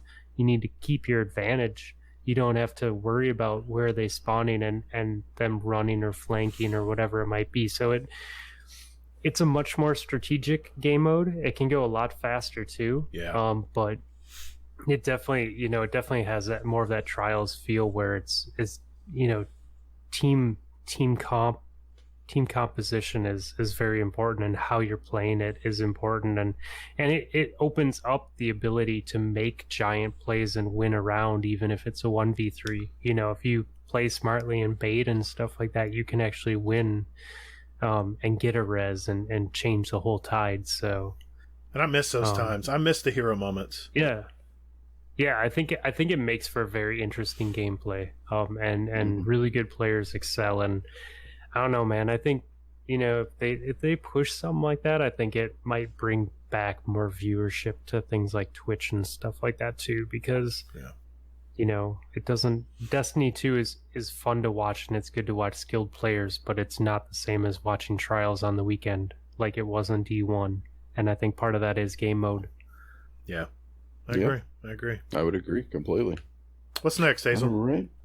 Last but not least, beginning October 29th until November 19th, Festival of the Lost returns. Yes. I love Festival of the Lost. It's my favorite event. And all the shit looks sick. Yeah. Oh my god, they did such a good job. Yep. You think they would just call it in, and just put the repeat stuff out there, but they really went above and beyond this year. Mm-hmm. Do you guys think that we're going to be able to wear these masks now and actually be able to use them? That would be nice. Because in the past they always were like zero stat values. Yeah. Unless you're, I think that this might be. Yeah, unless you're farming forges like Drafty does, where you purposely want to lower your light level. But I miss running in Crucible where light didn't really matter and you can wear a mask. That was always cool. Yeah, or like a pumpkin head. Yeah, I miss those days. I have so many of those damn things in D1 still. Yeah, I do too. Yeah, I kept them all. Yeah. But do you guys think though that who remembers like when I said I don't know if you saw it on Twitter or not, where I was like, and Twitter's in an uproar about how like the armor is going to be recycled or something like that. Didn't they say it was something about it was going to be EP armor? Yeah, it's EP armor for, I think, the Warlock and the Titan, and then the Hunter has some other one. It just saves me from playing EP to get my 2.0 armor. Well, yeah, exactly. So I was kind of like, okay, now all of a sudden it's like, now all that anger and everything else from Reddit is now like, okay. Sometimes they can be really fickle. They really can. Yeah, exactly. But that's from data mining, though. So you not can only trust know it as far as you see. Yeah. Dude, that armor though, it looks so good. It does. It looks so good. Yep, I can't wait. Yeah, it looks like they don't really describe what exactly is on there, but it looks like the Titan is a skeleton. Yes. The Hunter the Warlock looks like a demon. Yeah, I'm trying to see. It looks like the Hunter looks like I can't see his face clearly enough. Yeah, maybe like a zombie, possibly. Mm-hmm. I really hope that they set this up as something that you can wear all the time. I hope so they too. They need to. I'm sick of the whole, seasonal thing. I still have my damn sleigh that I will still ride around in. Oh, there's an omnical mask. There's an omnical mask. That's gonna be cool. Yeah. I love it. If I can get this armor, like this demon warlock armor, and it rolls semi-decent rolls, man, like I'd never take it off. Like that is some really good looking armor, Or is it going to be an ornament? Well, that's what I mean. I'm guessing that it's going to be ornaments that you can apply to your armor, and hopefully that's the case, and that you can just wear it whenever you want. Like that's what they should do. Yeah. Well, last year, if I remember correctly, Fluffy, last year it just disappeared. You couldn't put it back on, right? Whenever things you collected, other than the weapon, I mean, it's not collections, right? Correct me if I'm wrong here, but you can't go back and get that stuff. I thought it was just it didn't have value or something. Oh, like it was that. just 0. It just had 0, I think. Okay. It's been a while. I can't remember. Yeah, but more importantly, though, with it, I mean, one is a 950 auto rifle, the Braytech Werewolf. So it's a similar to the Braytech. What was it? The Winter Wolf. Yeah, and who's going to be happy about that gun? Me. Can you think of somebody who just loves that Braytech auto rifle? This guy. Yeah, what's the other guy? There's another guy really loves it. He actually had a review about it. Nothing comes to mind? I think that's the Kaibu. I think that was his. Yeah, but that's easy. That's pretty much what we're looking at. It looks like a Kaibu, doesn't it? No, the Kaibu was the Uriel's gift. Okay. Yeah, my bad. No, you're good. What rate of fire is this then? Probably a 650. I don't know. It might be a 400. Do you remember, Hazel? You're the gun guy, man. You know all the stats. Uriel's is not 450. The gun guy. That's easy. Uriel's is 450, and then it's 600 and 720, I believe. Yeah. I still have it in my collection, so just uno momento. There it is. 450. Okay, so it is like Uriel's. Yeah, 74 recoil direction as well. They are really pushing auto rifles. Yeah, but they didn't do anything to them. They're not that. No, I know, it's funny, man. Like No, they buffed them. They did. I don't in PvE. Yeah, PvE. Yeah, I don't use an auto or an SMG in the Crucible, and like those are the only gun bounties that I can pull randomly. And so it's just me like pulling like the extra 5 that you can get from Shaxx, and then deleting the auto and SMG one and pulling another one and hoping that it isn't another auto or SMG bounty. Right. Yeah, I hear you. Yep. Yeah, and the ship looks fantastic. Oh yeah. Yes. Cannot wait. It all looks good, man. I want that broom. If I get the broom, I'm not taking it off. I'm not either. Yep. Well, remember what was it? Destiny 1. We had to get it from the sweeper bot. Yeah. Yep. Emotes are pretty cool. The ghosts are really and look pretty creative too. Yep. Yeah, I'm looking forward to getting that emote too. Yeah. Especially in Crucible. Basically, Yeah, exactly. Just for Crucible, you kill somebody, put a headstone on them. You know what my favorite emote is in Crucible when I kill somebody? There's this one emote where you're pointing to someone going, yeah, good job. That's my favorite one in Crucible. When I kill someone, I'll go, hey, good job, buddy. I don't do the slow clap. I do the point where, hey, that was great. What you just did, do that again. You fucking douche nozzle. I love it, man.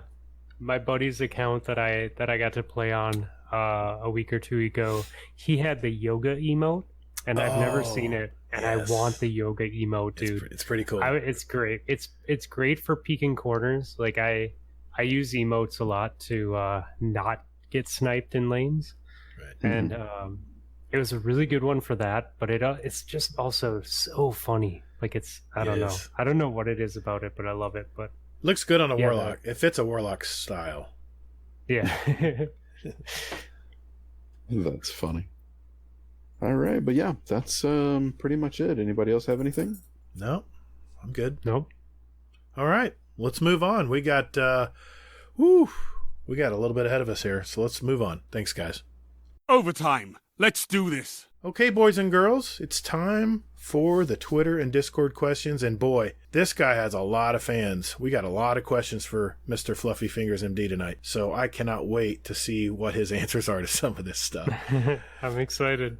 So Easy usually reads them out, and he's of course not here tonight. So me and Hazel, like last week, are going to switch off and ask him individually. So Hazel, you go first, man. All right. From somebody named at Admiral Nips. I think you may know this gentleman. Sounds like a jerk. Yeah, I think he loves St. Louis. Yeah. Figures.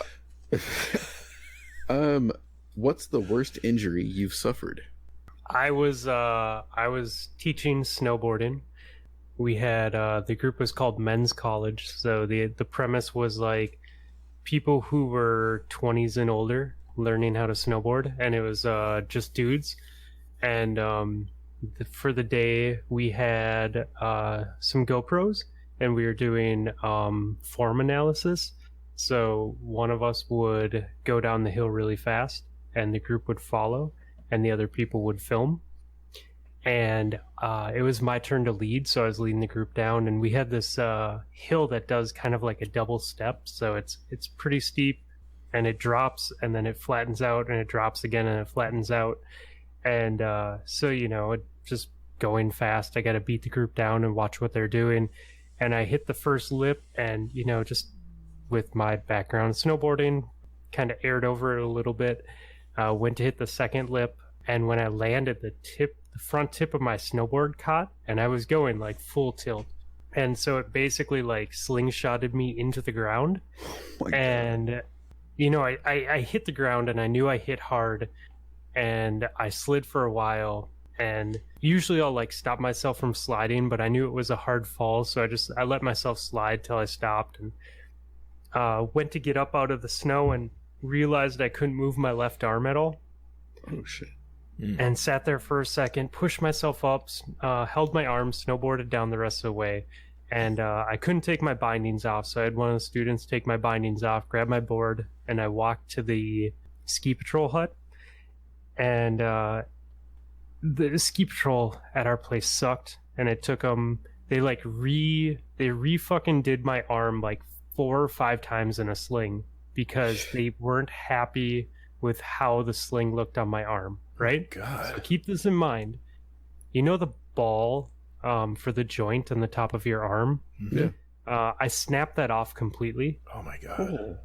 So here's me, like I walked there by myself with my snowboard in hand, arm dangling, walk in there, and they re-fucking slinged my arm like way too many times with this, with my arm literally broken in half. I'm sure it felt good. Sure, it felt good too while they did that. Oh yeah.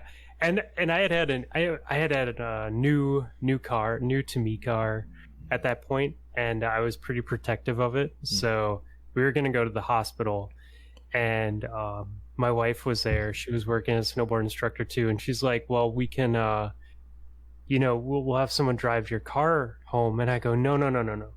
I go, I'll drive my car. Someone else can shift for me." And I was like adamant that I was going to drive my car home and then go to the hospital. Oh my god! And they finally talked me out of it because they're like, dude, if you get into a car accident, like they're just going to sue you for everything that you owned. And I'm like, okay. So I'm in good spirits. Like, I don't know how injured I am. So we go to like the local orthopedic place and go to get an x-ray because it's like a Sunday at like 6:00 in the afternoon. And I'm laying there getting my x-ray done on the table, and the x-ray techs, like the image pops up and the x-ray techs both gasp and they go, oh my god. And these are people that see injuries as a job. Wow. And like it literally took their breath away, and at that point I knew it was bad. So yeah, they put 8 bolts and a metal plate in my arm, and it's still there to this day. Oh my gosh, dude! Holy shit! Did you black out? I can't remember if you said that. Did you black out yet? But I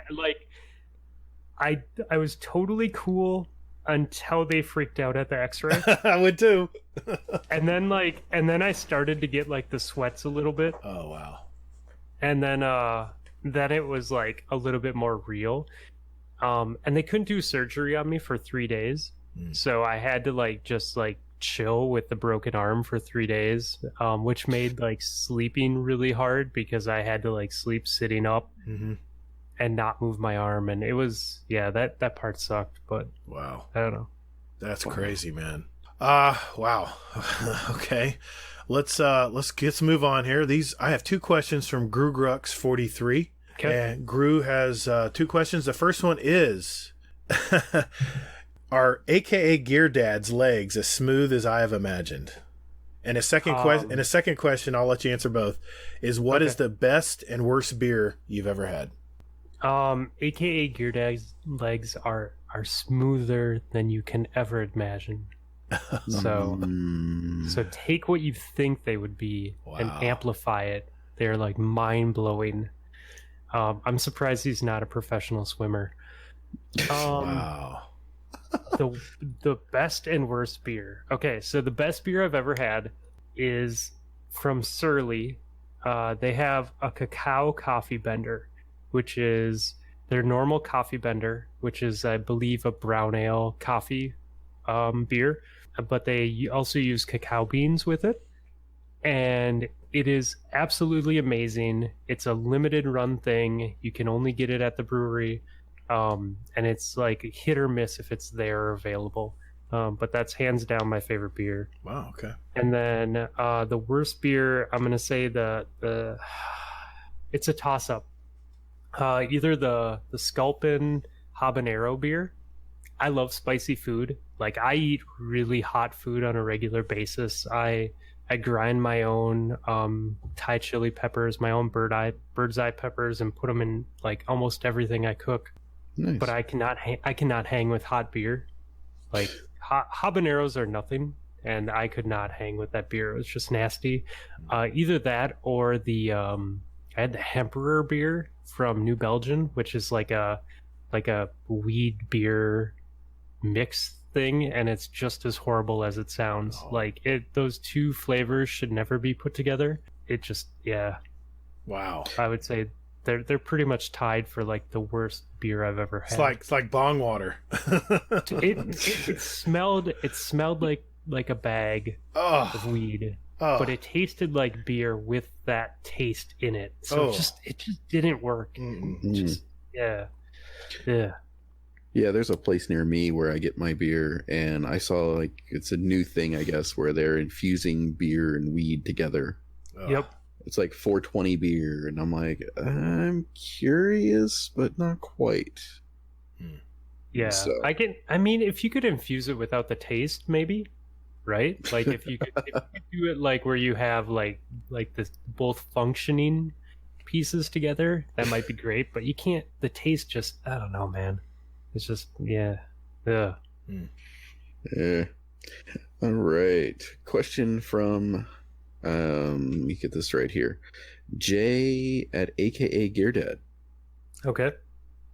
Or Geared Ad, I guess. Looking at it here. Have you ever microwaved shrimp at work? No, I'm not a horrible person. Oh my God. That would smell terrible. Yeah, there was We have a private chat with the raid team, and I've had some rage-filled moments in the past couple months with some douchebag microwaving whitefish at my work and making the whole floor smell horrible on multiple occasions. Nice. Oh, wow. Yeah, there's a guy I work with, and what he does is he will actually take like a thing of like dry macaroni and cheese, like the microwavable one, and he eats it raw. What? Oh, yeah, wow. He opens up the packet and like puts it in his mouth and just yeah, and he Weird. eats the I know, and I'm like, wow, I'm like, for real thing. So yeah, No thanks.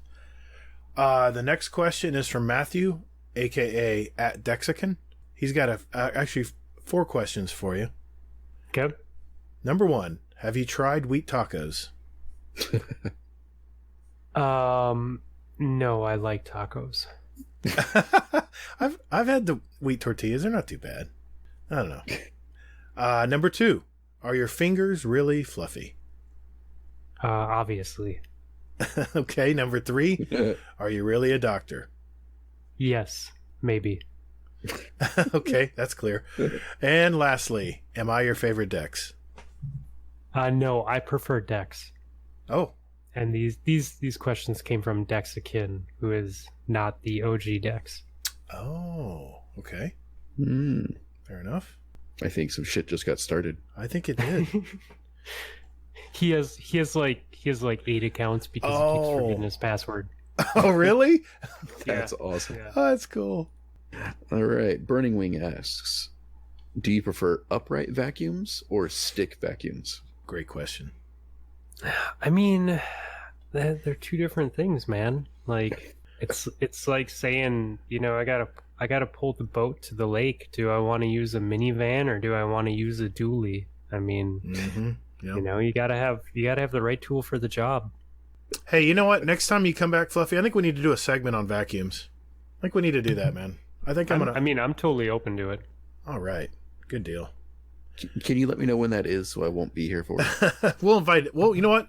We'll invite Nips. It'll be a dual show. Yeah. That'd be great. I mean, he's really yeah. like the brains behind it. Like he has all the knowledge. I just go with whatever's popular in the latest vacuum scene. I think I want to know how many vacuums he has.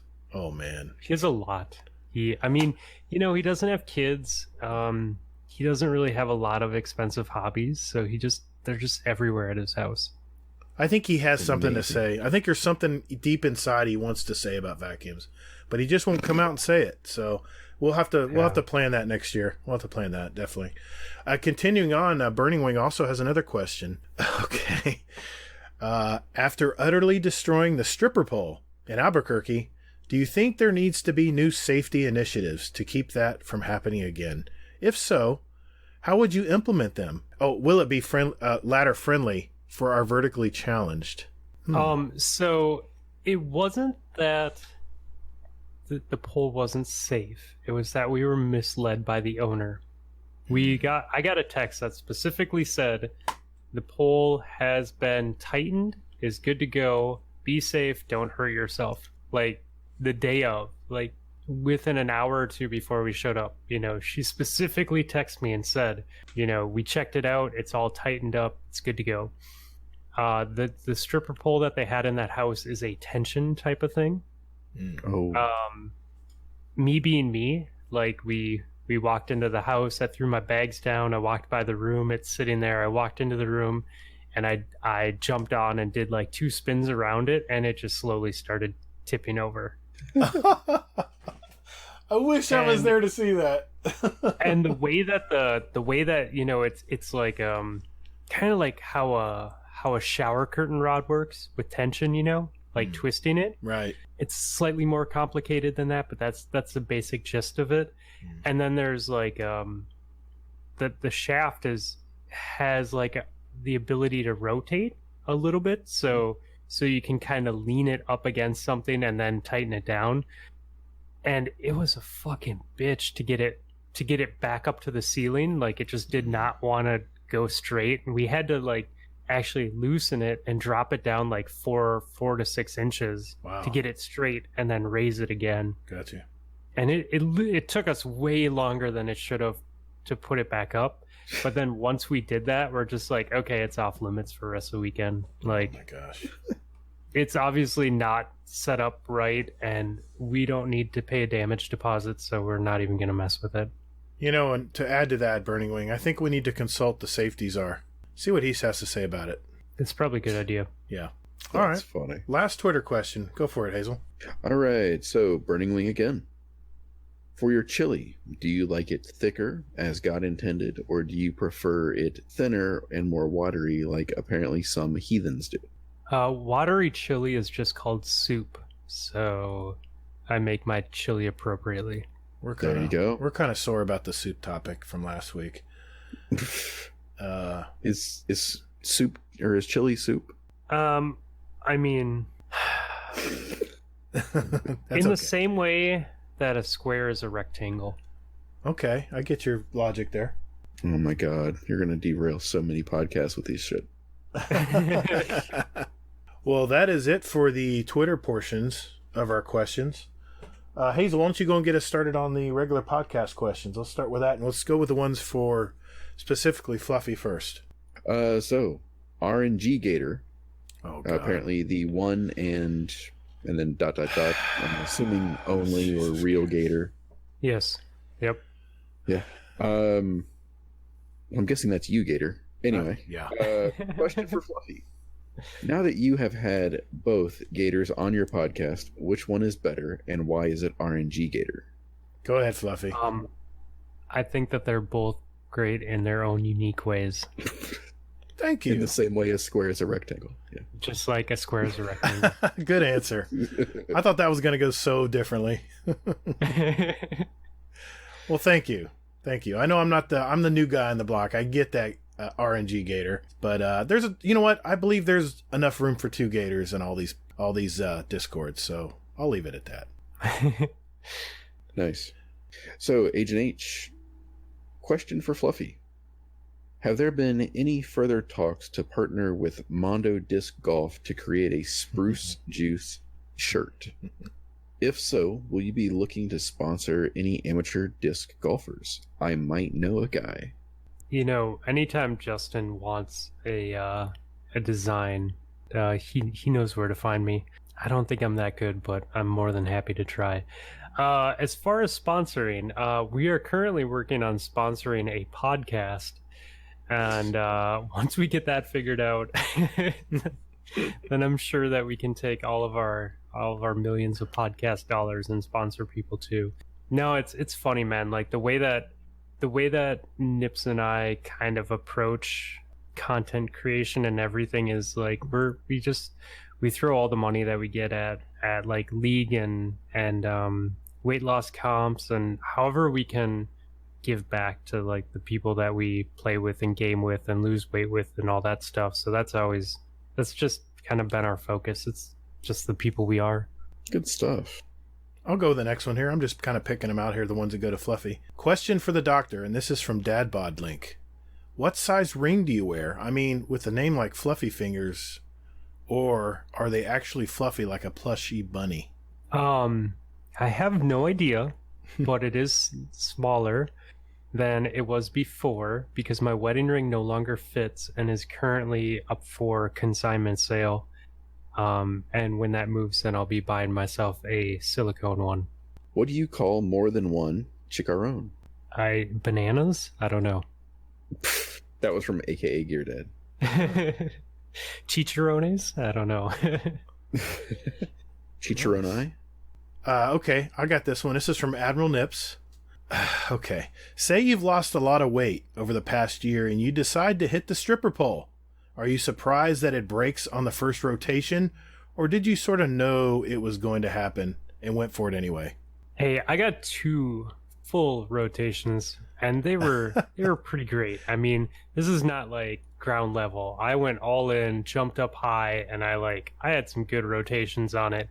But it was somewhere in between the first half rotation that I noticed that the pool was leaving its vertical state and starting to lean towards the sex couch.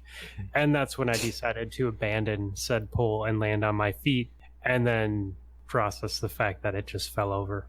Nice. The sex couch part is the best part of that whole Oh sentence. my god, dude, that couch was the worst fucking couch in the world. Like, myself, Rob, and Chuck gamed on that couch all weekend, and we played so many hours of Iron Banner, like ridiculous amounts of Iron Banner on that sofa, and it was just slightly too low to the ground, so your knees hurt because they were bent at a weird angle. And then because it is a sex couch, like there's like 8 feet behind your back. So we were going to the other sofas and pulling pillows off of them and putting them behind us because, like, I don't know, it was just bad. So like my back and my knees, like everyone was complaining about their backs and their knees after gaming, like on Sunday night, because it's just like it just destroyed us. Oh my god. Definitely meant for sex and not gaming. Yeah. Nice way to pick a place out, Fluffy. Yeah, I know. It had a pool and a really sweet outdoors and like a patio hangout area, so that's what I was going for. Number of bedrooms, cool place to hang out. Yeah. Sex couch and stripper pole. Check. Sex couch and stripper pole. When I saw that picture, I couldn't believe it. Like, where the hell are these guys? All right. Okay. Last question for Fluffy before we get to the general ones. From Lana. What is your second favorite game? And then you can answer that, and then I'll move on to the next two. Destiny 1. Oh, Nice answer. Well played. Very nice. Number 2. If you could go anywhere in the world, no cost, no nothing, where would it be? I really want to go to like the Polynesian islands, like Bora Bora and in that area in the Pacific. I really want to go and check out those islands because the water looks super awesome. Really nice surfs. I would love to surf there, and it just seems really chill and low key. I mean, I'd probably prefer like the less touristy ones. You know, I'm more of a, I don't know. I would like kind of like the small town feel. Like if I'm gonna be on an island like that, like I'll take, you know, something like that over like a Las Vegas-y feel, or like, you know, a super tourist out place. But yeah, I think that would be awesome. All right. Last question for this one anyway. Would you rather play Sweaty Comp with me or the hardest raid with Dex? Wow, that's a tough question. Oh, comp all the way. Okay. Because like people like in bad raids, they can just ruin a night. Like I've been in raid teams where like you get in a bad raid or a bad funk, or like you just keep failing over and over and over again, right? And people just get crabby and quiet, and it just sucks. Whereas like Sweaty Comp, like sure, I'm getting like stomped, right? Like I'm going up against someone like Dex or Val or, you know, Ghost and Nessie or whoever, but at that point I can change my brain. I can change my thought process to I need to win. Instead of like thinking of it like that, I accept that I'm not going to win, and instead I'm just going to try and get a kill. You know, if I can outplay them one time out of 20, it's worth it because I learned something that one time. I made that right decision, so I'll take that any day. I hear you. I'm with you, man.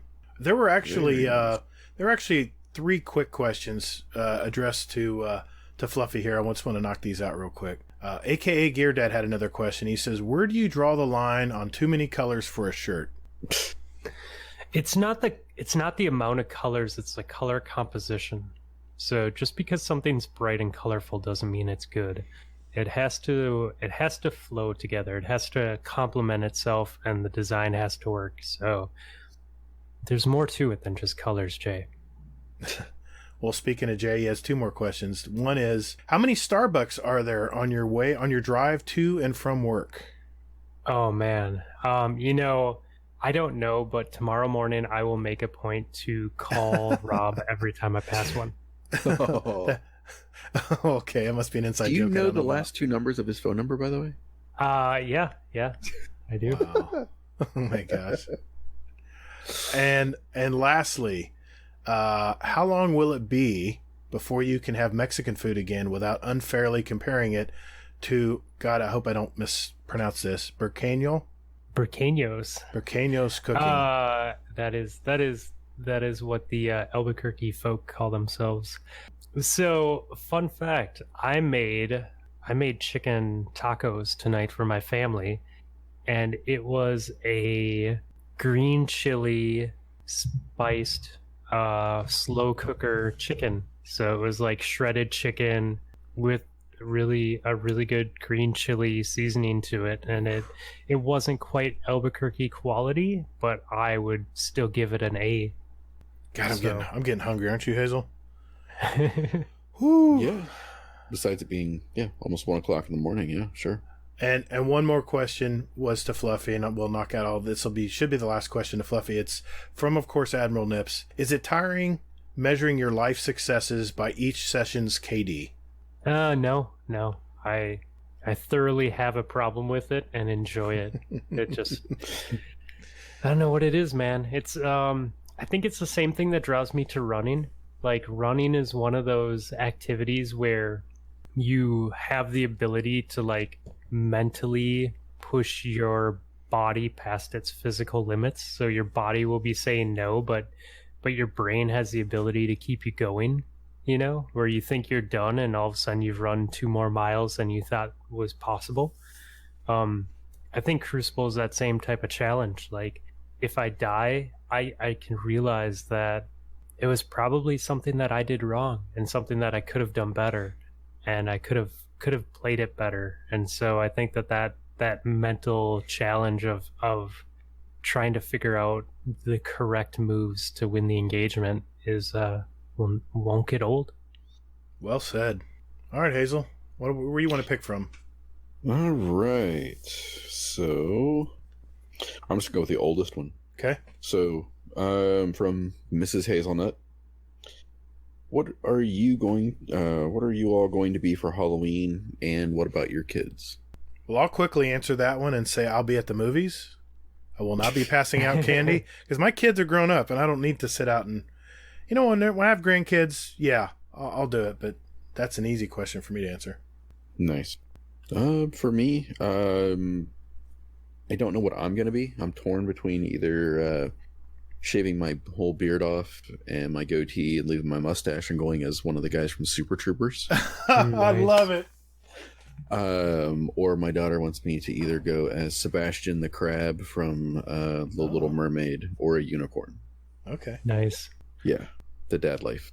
My youngest is going as Owlette from PJ Masks. And both of my kids love Into the Spider-Verse. So my oldest wanted to be Gwen Stacy, and she is. We got her a really sweet Gwen Stacy costume. The original plan was I was going to be Peter B. Parker. Nice. And get a Spider-Man outfit and throw on sweatpants over the top. And my wife was going to be Miles Morales. Just with life happening, we got the kids set up, but I think we're going to be reusing Halloween costumes this year. So I will be Cuphead again this year because I got a Cuphead outfit from last year. So nice. I'll be rocking that. And my wife Halloween is like her jam. It's like her holiday. So nice. She has like 15 or 20 costumes that she will probably pick from. Wow. That's awesome, man. Yeah. That is really cool. Okay. I got one from Chris3711. Question for the show. It's the zombie apocalypse. And as you travel to your next base camp, you come across 3 items, but only one you can carry.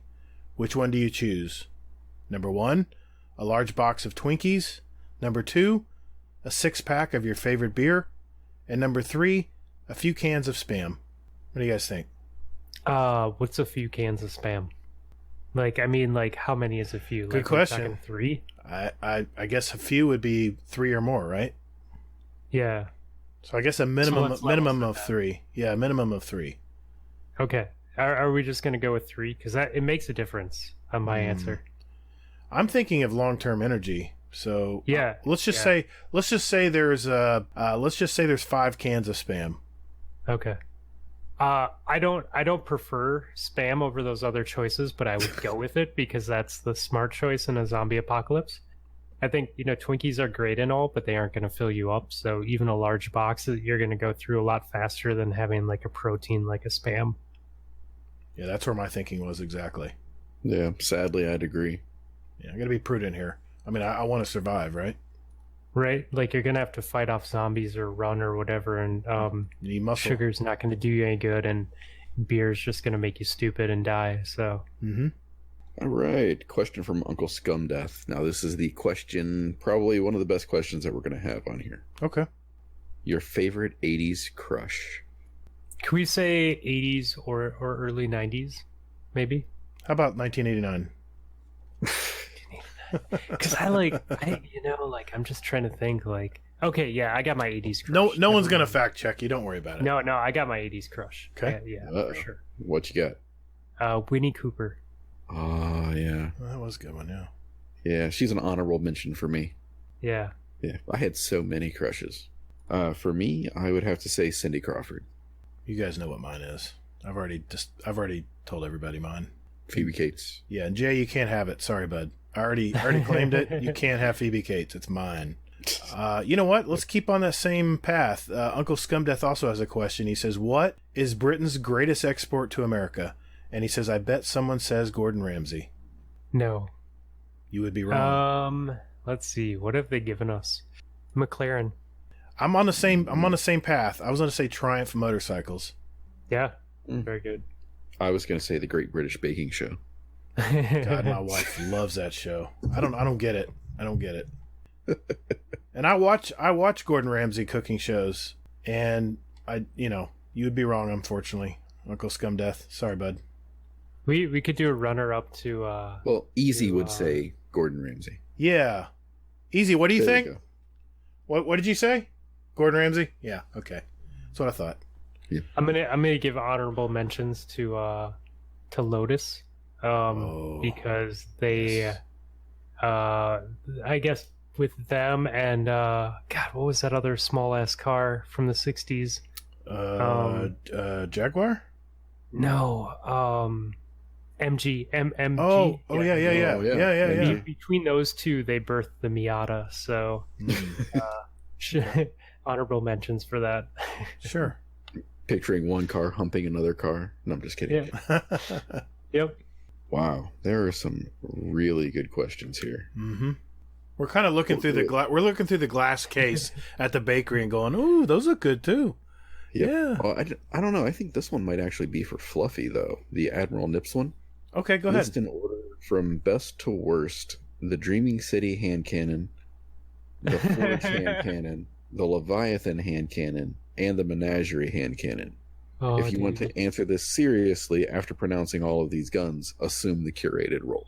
Oh man, I love it. So we have the Waking Vigil. We have the Kindled Orchid. Correct. We have what else? The Leviathan one. I can't remember the Leviathan one. Midnight Coup Yes. Midnight Coup. Yes. and the Ostringer. Yep. Okay, Ostringer. Yeah, Ostringer was never a problem. He would love it if I said Criminal's Dagger though. Oh my god. That's funny. And then I think Skull chimed in with what is it? The Last Wish hand cannon. Oh, I don't even know what that is. Who? Yeah. I just love hand Criminal. cannons. I should know this. Yeah. Yeah. Cue the crickets. Yes. Hold on. There we go. All right, we got to keep rolling here, guys. I know Yep. Fluffy has to go to bed. So, here we go. This is from AKA Gear Dad. What is your favorite type of barbecue? What is your preferred meat? Do you like it sweet or spicy, wet or dry? Oh god. Please answer this in your best southern accent. Winky face. I like spicy barbecue. Wait a minute. Wait a minute. Okay. Is this his best southern accent? Is this your southern? Okay. Sorry, y'all. Hold on. Get in character. I'm fixing to. No, I can't do southern.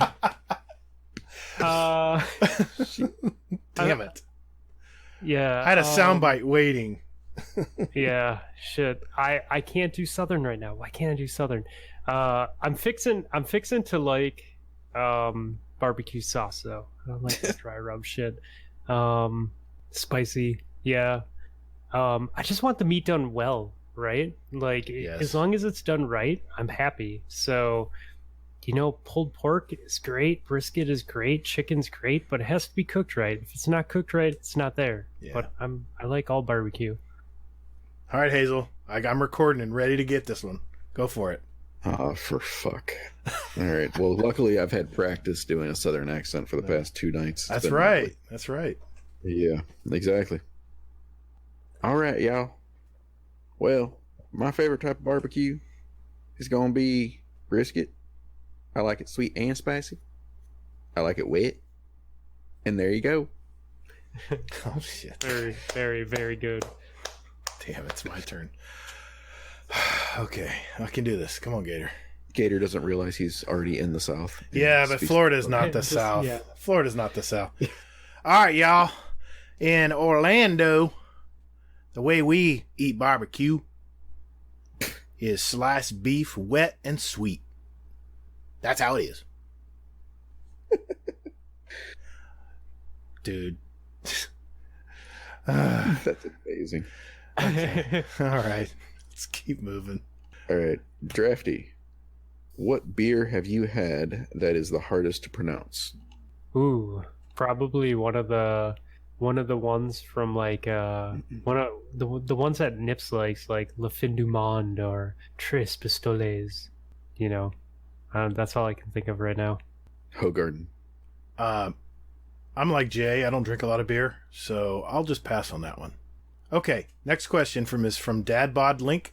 Imagine a world where no matter what music is playing, you can only hear the Oak Ridge Boys' timeless classic, Elvira. If you had to choose one band or musical artist to listen to for the rest of your life, who would it be?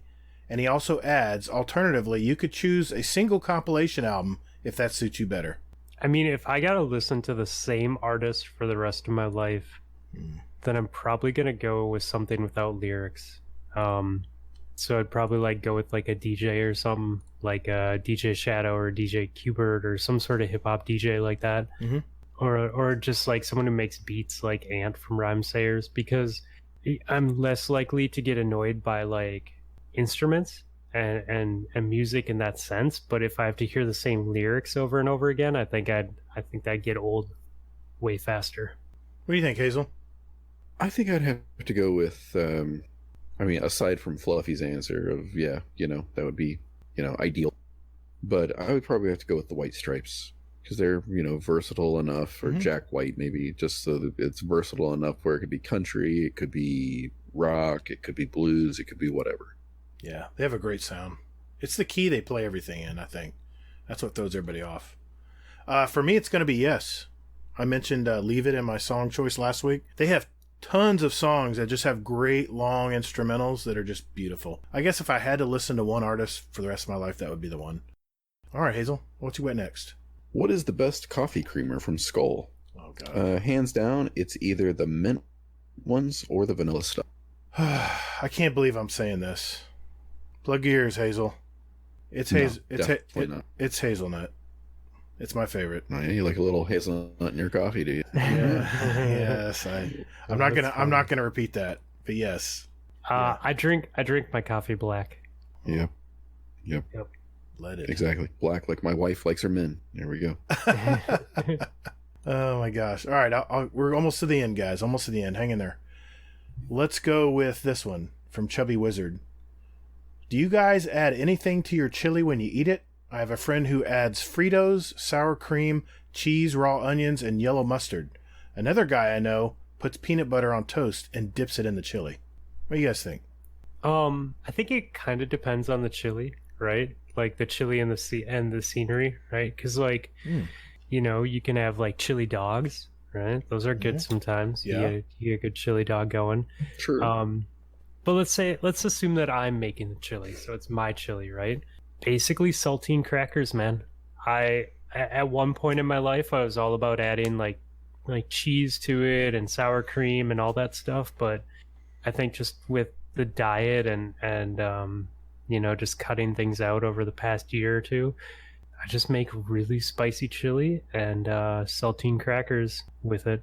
Yeah, I grew up on saltine crackers in my chili. My mom made great homemade chili. But as I've gotten older, I've gotten a little fancier. A little bit of red onion diced, put on the top with a little bit of cheddar cheese. I'm golden. Nice. But saltines only. Saltines also, though. Yeah, I'd probably have to go with saltines too. Yep. Okay. All right. Uncle Scumduff. I am half English and half Welsh. My mother's English and my dad's Welsh. Do any of you have any British blood in your family? Well, my brother did a genetic DNA family history thing, so I know quite a bit about this. I am 90% British. I am like 5% Scottish, and I think I'm 2% Irish, and then I have a mix of German, French. So I'm basically a European mutt. My dad's father was Norwegian and his mom was Swedish, so I'm half Norwegian Swedish. That's 150%, right? 25% each, we'll say. Mm-hmm. And then my mom's side is all sorts of stuff. So my mom's side is like German, French, Dutch, Italian. Wow. I've been thinking about this one for a little bit. I was like, I'm trying to figure it out and shit like that. I know that I've got Irish in my background. I'm half Puerto Rican and a shit ton of other English type things over there. Face it, the English invaded everything back in the day. I think there's a little English in everybody. All right. Last four, guys. Last four. Now that Easy is getting a PC, when will Hazelnut get his PC so we can get the gang back together again? You fucking PC people. Once you go PC... I'm old though. That's the thing. Is like I feel like I can't game on PC. I feel like I don't have like the reflexes for it. Oh, dude, it's just the opposite. You can see. It makes it easier. You have better peripheral vision because your frame of view is 105 degrees and not 30 like on a console, or 60 or whatever it is. Everything is crystal clear as long as you're wearing your reading glasses. It's so I'm not that old. It's so beautiful, dude. Don't worry, you'll be wearing glasses soon. It's no different than like watching a movie or something like that, right? Sure, you don't have problems tracking a movie. No. And there's no need to learn mouse and keyboard unless you want to. I've been using a PS4 controller the entire time.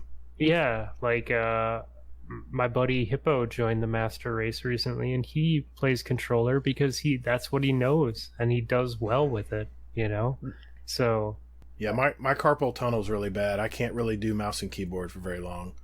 And I do long. It's if you play PC and then try and go, you don't understand what frames mean until you play PC for a while and then try and go back to a PS4 or Xbox. Yeah. And it's so weird how hard it is to do. Ask Hazel that Sunday night playing Iron Banner, like 4 games. I was like, I might have to quit, guys. I think my game's lagging. I don't know what's going on. Yeah. It was bad. Yeah, I was finishing above him, so I had to, call him out a little bit. You had some good games, Good man. friend I am. You had some good games. Yeah. Well, because you weren't stealing all the kills. I don't steal kills. What are you talking about? Oh, I'm sorry. That's easy. Yeah, that's easy. All right. Dadbutt. Has anyone tried my suggestion? And if so, how liberating was it? Yeah, I think my last show. Yeah, exactly. Well, we can't say certain words. Yeah, we can't say or no, we can't do that. That'll get bleeped. That'll definitely get bleeped. Yep. Yeah. So no, I haven't had the opportunity. Sorry, Deadbutt. All right, 2 left. You might as well take Mombot's question. It's the second part of it. Question for the podcast. What are your thoughts on manscaping? I think it's a must-do. Unfortunately, you have to. Keep things cleaned up. I mean, it's like a fair thing, right? Like, I definitely prefer I definitely prefer the other party to be well groomed. Like I grew up in the '90s, man. I know what it's like to be in the wild when it's not groomed and tamed, and I never want to go back there ever again in my life. So I try and have respect for the other party, and I think it's a must. Yeah, my chest hair is getting pretty long. My wife's like, you need to do something about that. It's not blonde anymore. It's more like white. It's pretty scary. I like wearing open shirts, like a I guess like a V-neck dashiki. No, not at all. Not at all like that. Exactly. I would look terrible in a shirt like that because you gotta have a body to fill that shirt out. I got a dad bod definitely, and I wear what am I trying to think of here? What like an open shirt, like a button up that's real loose, though. Like a whole shirt. yeah, like kind of like a Hawaiian shirt without the crazy Hawaiian, prints and stuff. It's Florida. You wear shorts and a nice loose shirt. Yeah. So, and my hair tends to find its way out sometimes, and my wife's like, "You got to take care of that. That's ridiculous." So, Nice. It's like an old Magnum PI, is what I'm imagining. yeah, you can imagine that. That's about what it looks like. All right, guys. Last question of the show. It's by my buddy Warcry 1969. If you were to ask Warcry 1969 to read you a bedtime story, what would it be? Oh, what was that? Yes, I was gonna say, what was that Samuel L. Jackson book? Yep, that's it. I agree. What's it called? Go the fuck to sleep. Yes. Oh, I already answered this on like our second show ever. It was Where the Wild Things Are. I think he would be great singing yeah, it. that'd be good. That's such a great book. Did you hear the reading of Samuel L. Jackson reading No. that before they took it down? I didn't. I haven't. I missed it. Oh my god, it was so wonderful. Yeah, I got that book and All Your Friends Are Dead at a like a party that we had when my wife was pregnant at a shower. So I got those two books, and I've never read the Your Friends Are Dead book, but I have read Go the F to Sleep to my daughter, and she loves that book, actually. It's a great book. It really is a great book. Yeah. Wow. And no, for the audience, no, I do not say fuck to my daughter. I just, No. I'll like make sounds and things like that, and she just laughs and things. Yeah, you can get creative with the F word. Oh yeah. That's got to be fun. Dude, I miss those days when I was reading to my kids at night before they went to bed. You guys are so lucky, man. You're so lucky to be living through this time right now. It's so fun. Yeah, Oh, well. I'm glad that we made a point of doing it. Like we're really good about literally. doing that. Oh, sorry.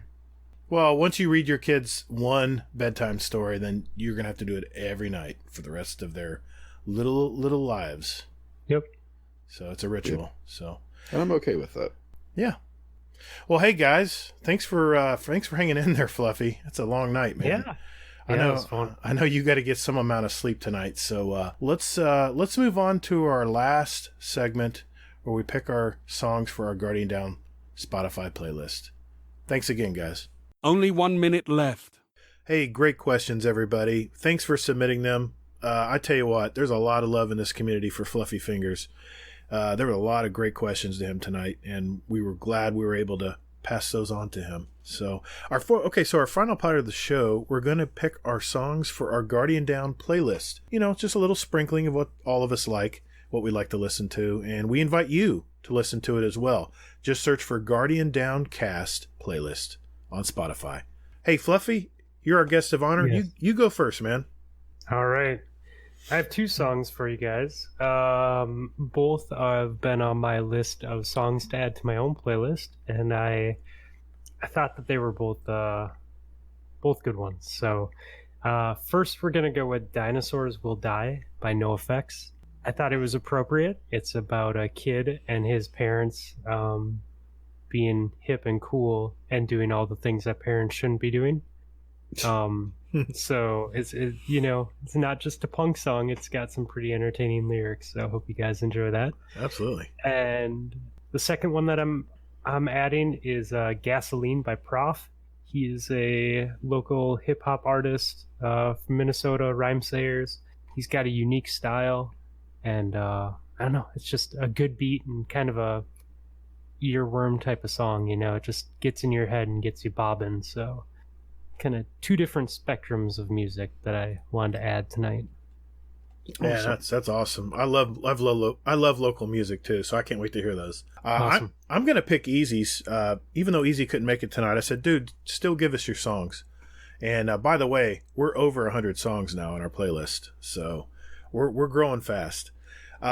Easy picked "Backseat" by Atlas Genius. I've heard of this group, Atlas Genius. They're an alt rock group, and I haven't heard this song before, but I can't wait to listen to it. And the second song that he picked was "My Audacity" by Claire. I don't know this one either, but this is why I love this show. I mean, I get to listen to this on my way to my weekly movie jaunt. I get to listen to this playlist and see what everybody picks. It's really cool. Now on to my picks. My first one is one I wanted to add last week, but my wife lobbied to have her song in, so I added hers instead. This is my all-time song by this group. It's "God Put a Smile on Your Face" by Coldplay. This is before they became a pop group. This was back when they were more of an indie, like an alt-rock group, and it's just one of my favorite songs. I love this song.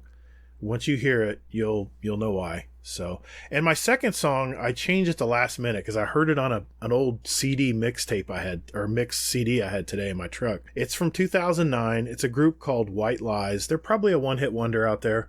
They do have an album out, but the song name is EST. And once you hear it, you'll understand why I picked it. It's a song that'll rattle around your head all day. It's got a really great harmonies and really great chorus in it. So, Hazel, what about you, man? Hey, good stuff, man. Good stuff. I look forward to listening to this because usually I'm off the next day after we record. So what I'll do is I'll go ahead and get my daughter off to school, and then I'll just put this on and do some cleaning up and stuff like that. And I always end up listening to whatever the people the night before added. So it's just all right, cool. This is pretty cool. It's good shit. Yeah. So for me, one song is "The Night We Met" by Lord Huron. This is actually from an episode of The Affair that I watched, and it was just to me was one of the best episodes of The Affair. So it has that sentimentality to it, but then the song to it too was just fantastic. Basically in the episode there's a guy and he's just trying to forget his ex, so he just tries to go through this little thing just trying to get rid of her and expel her from his life. Man, I really like how you spend a lot of time on picks. You literally drive yourself crazy trying to come up with picks. You're always the last guy to put them in usually, and you were first. You were first this week. Yeah, but and last week, by the way. Yeah, that's right. I have to give you credit. Yeah, well, I've got a playlist that I have marked as private, just so I keep adding songs to it for this playlist. Yeah. But fun fact, I have yet to pick a single song from that playlist that I've been adding songs to.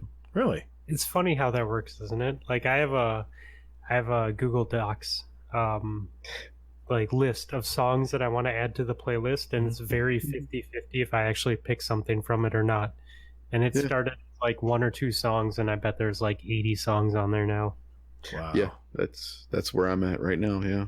It's just I want to add songs to it, but it's I don't want to pull from that. I just want to, it's I want to go with something else. Yeah, I understand. It's all in the mood. I get it. I get it. Did you add your second song? Yeah. Nope, not yet. My second song is Bloodstream by Transviolet. This is a song that actually Easy replied back and goes, "No shit, Bloodstream has been on my list to pick for the last couple of episodes." I saw that. So yeah. Yep, that was good awesome stuff. And apparently the video might be saucy, according to him. So yeah, so you can check that out. Maybe maybe not do it at work. So let's just get on the safe side. Nice, all right, nice. Well, hey, ladies and gentlemen, we got a show. Episode 14 is in the can. If you get the chance, by the way, I wanted to mention on Twitter to follow @BitDead77. This guy has really been supporting a lot of the podcasts in our community, and he tweets out every week to follow all these names. He has a long list of podcasts and we're part of it. So we appreciate that, BitDead. Appreciate it very much. And I think a lot of the guys have known you for a while, but I just wanted to call you out, man, because you've been really great just helping support our podcast. But that's it, guys. I think we're done. Fluffy, where can everybody find you, man? You guys can find me on the interwebs as FluffyFingersMD, Twitter, PC, Xbox, Discord. Come say hi. Yeah. What about Potato Thumbs? You can't find us anywhere. We are hidden. Oh shit! Sorry. Damn.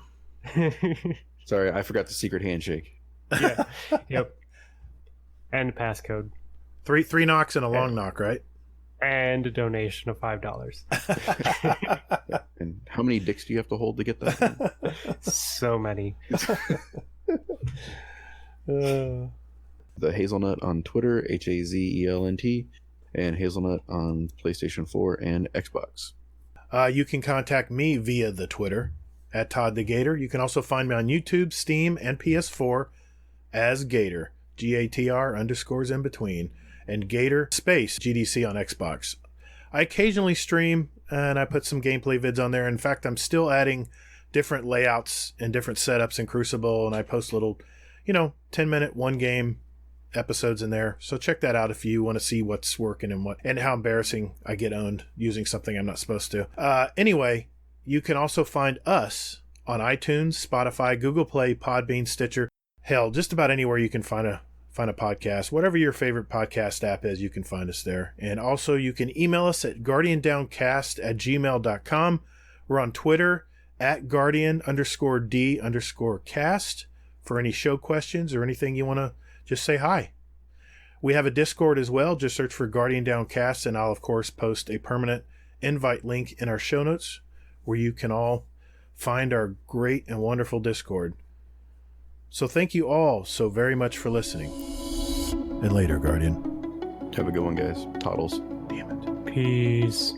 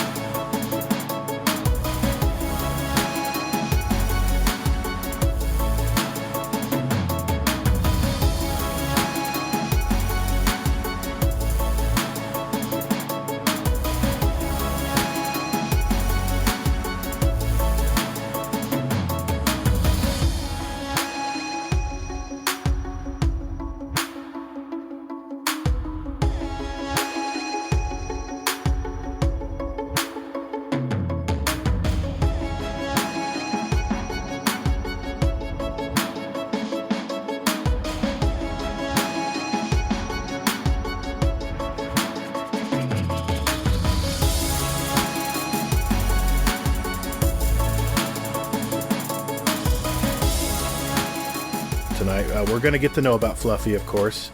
Then we're going to test his Twix. So then we're going to test his Twix. Hey, one last question for you. Are you wearing a V-neck dashiki today? I love it, dude. I love it. Easy wasn't going to make it tonight because he was in protest for talking about vacuums and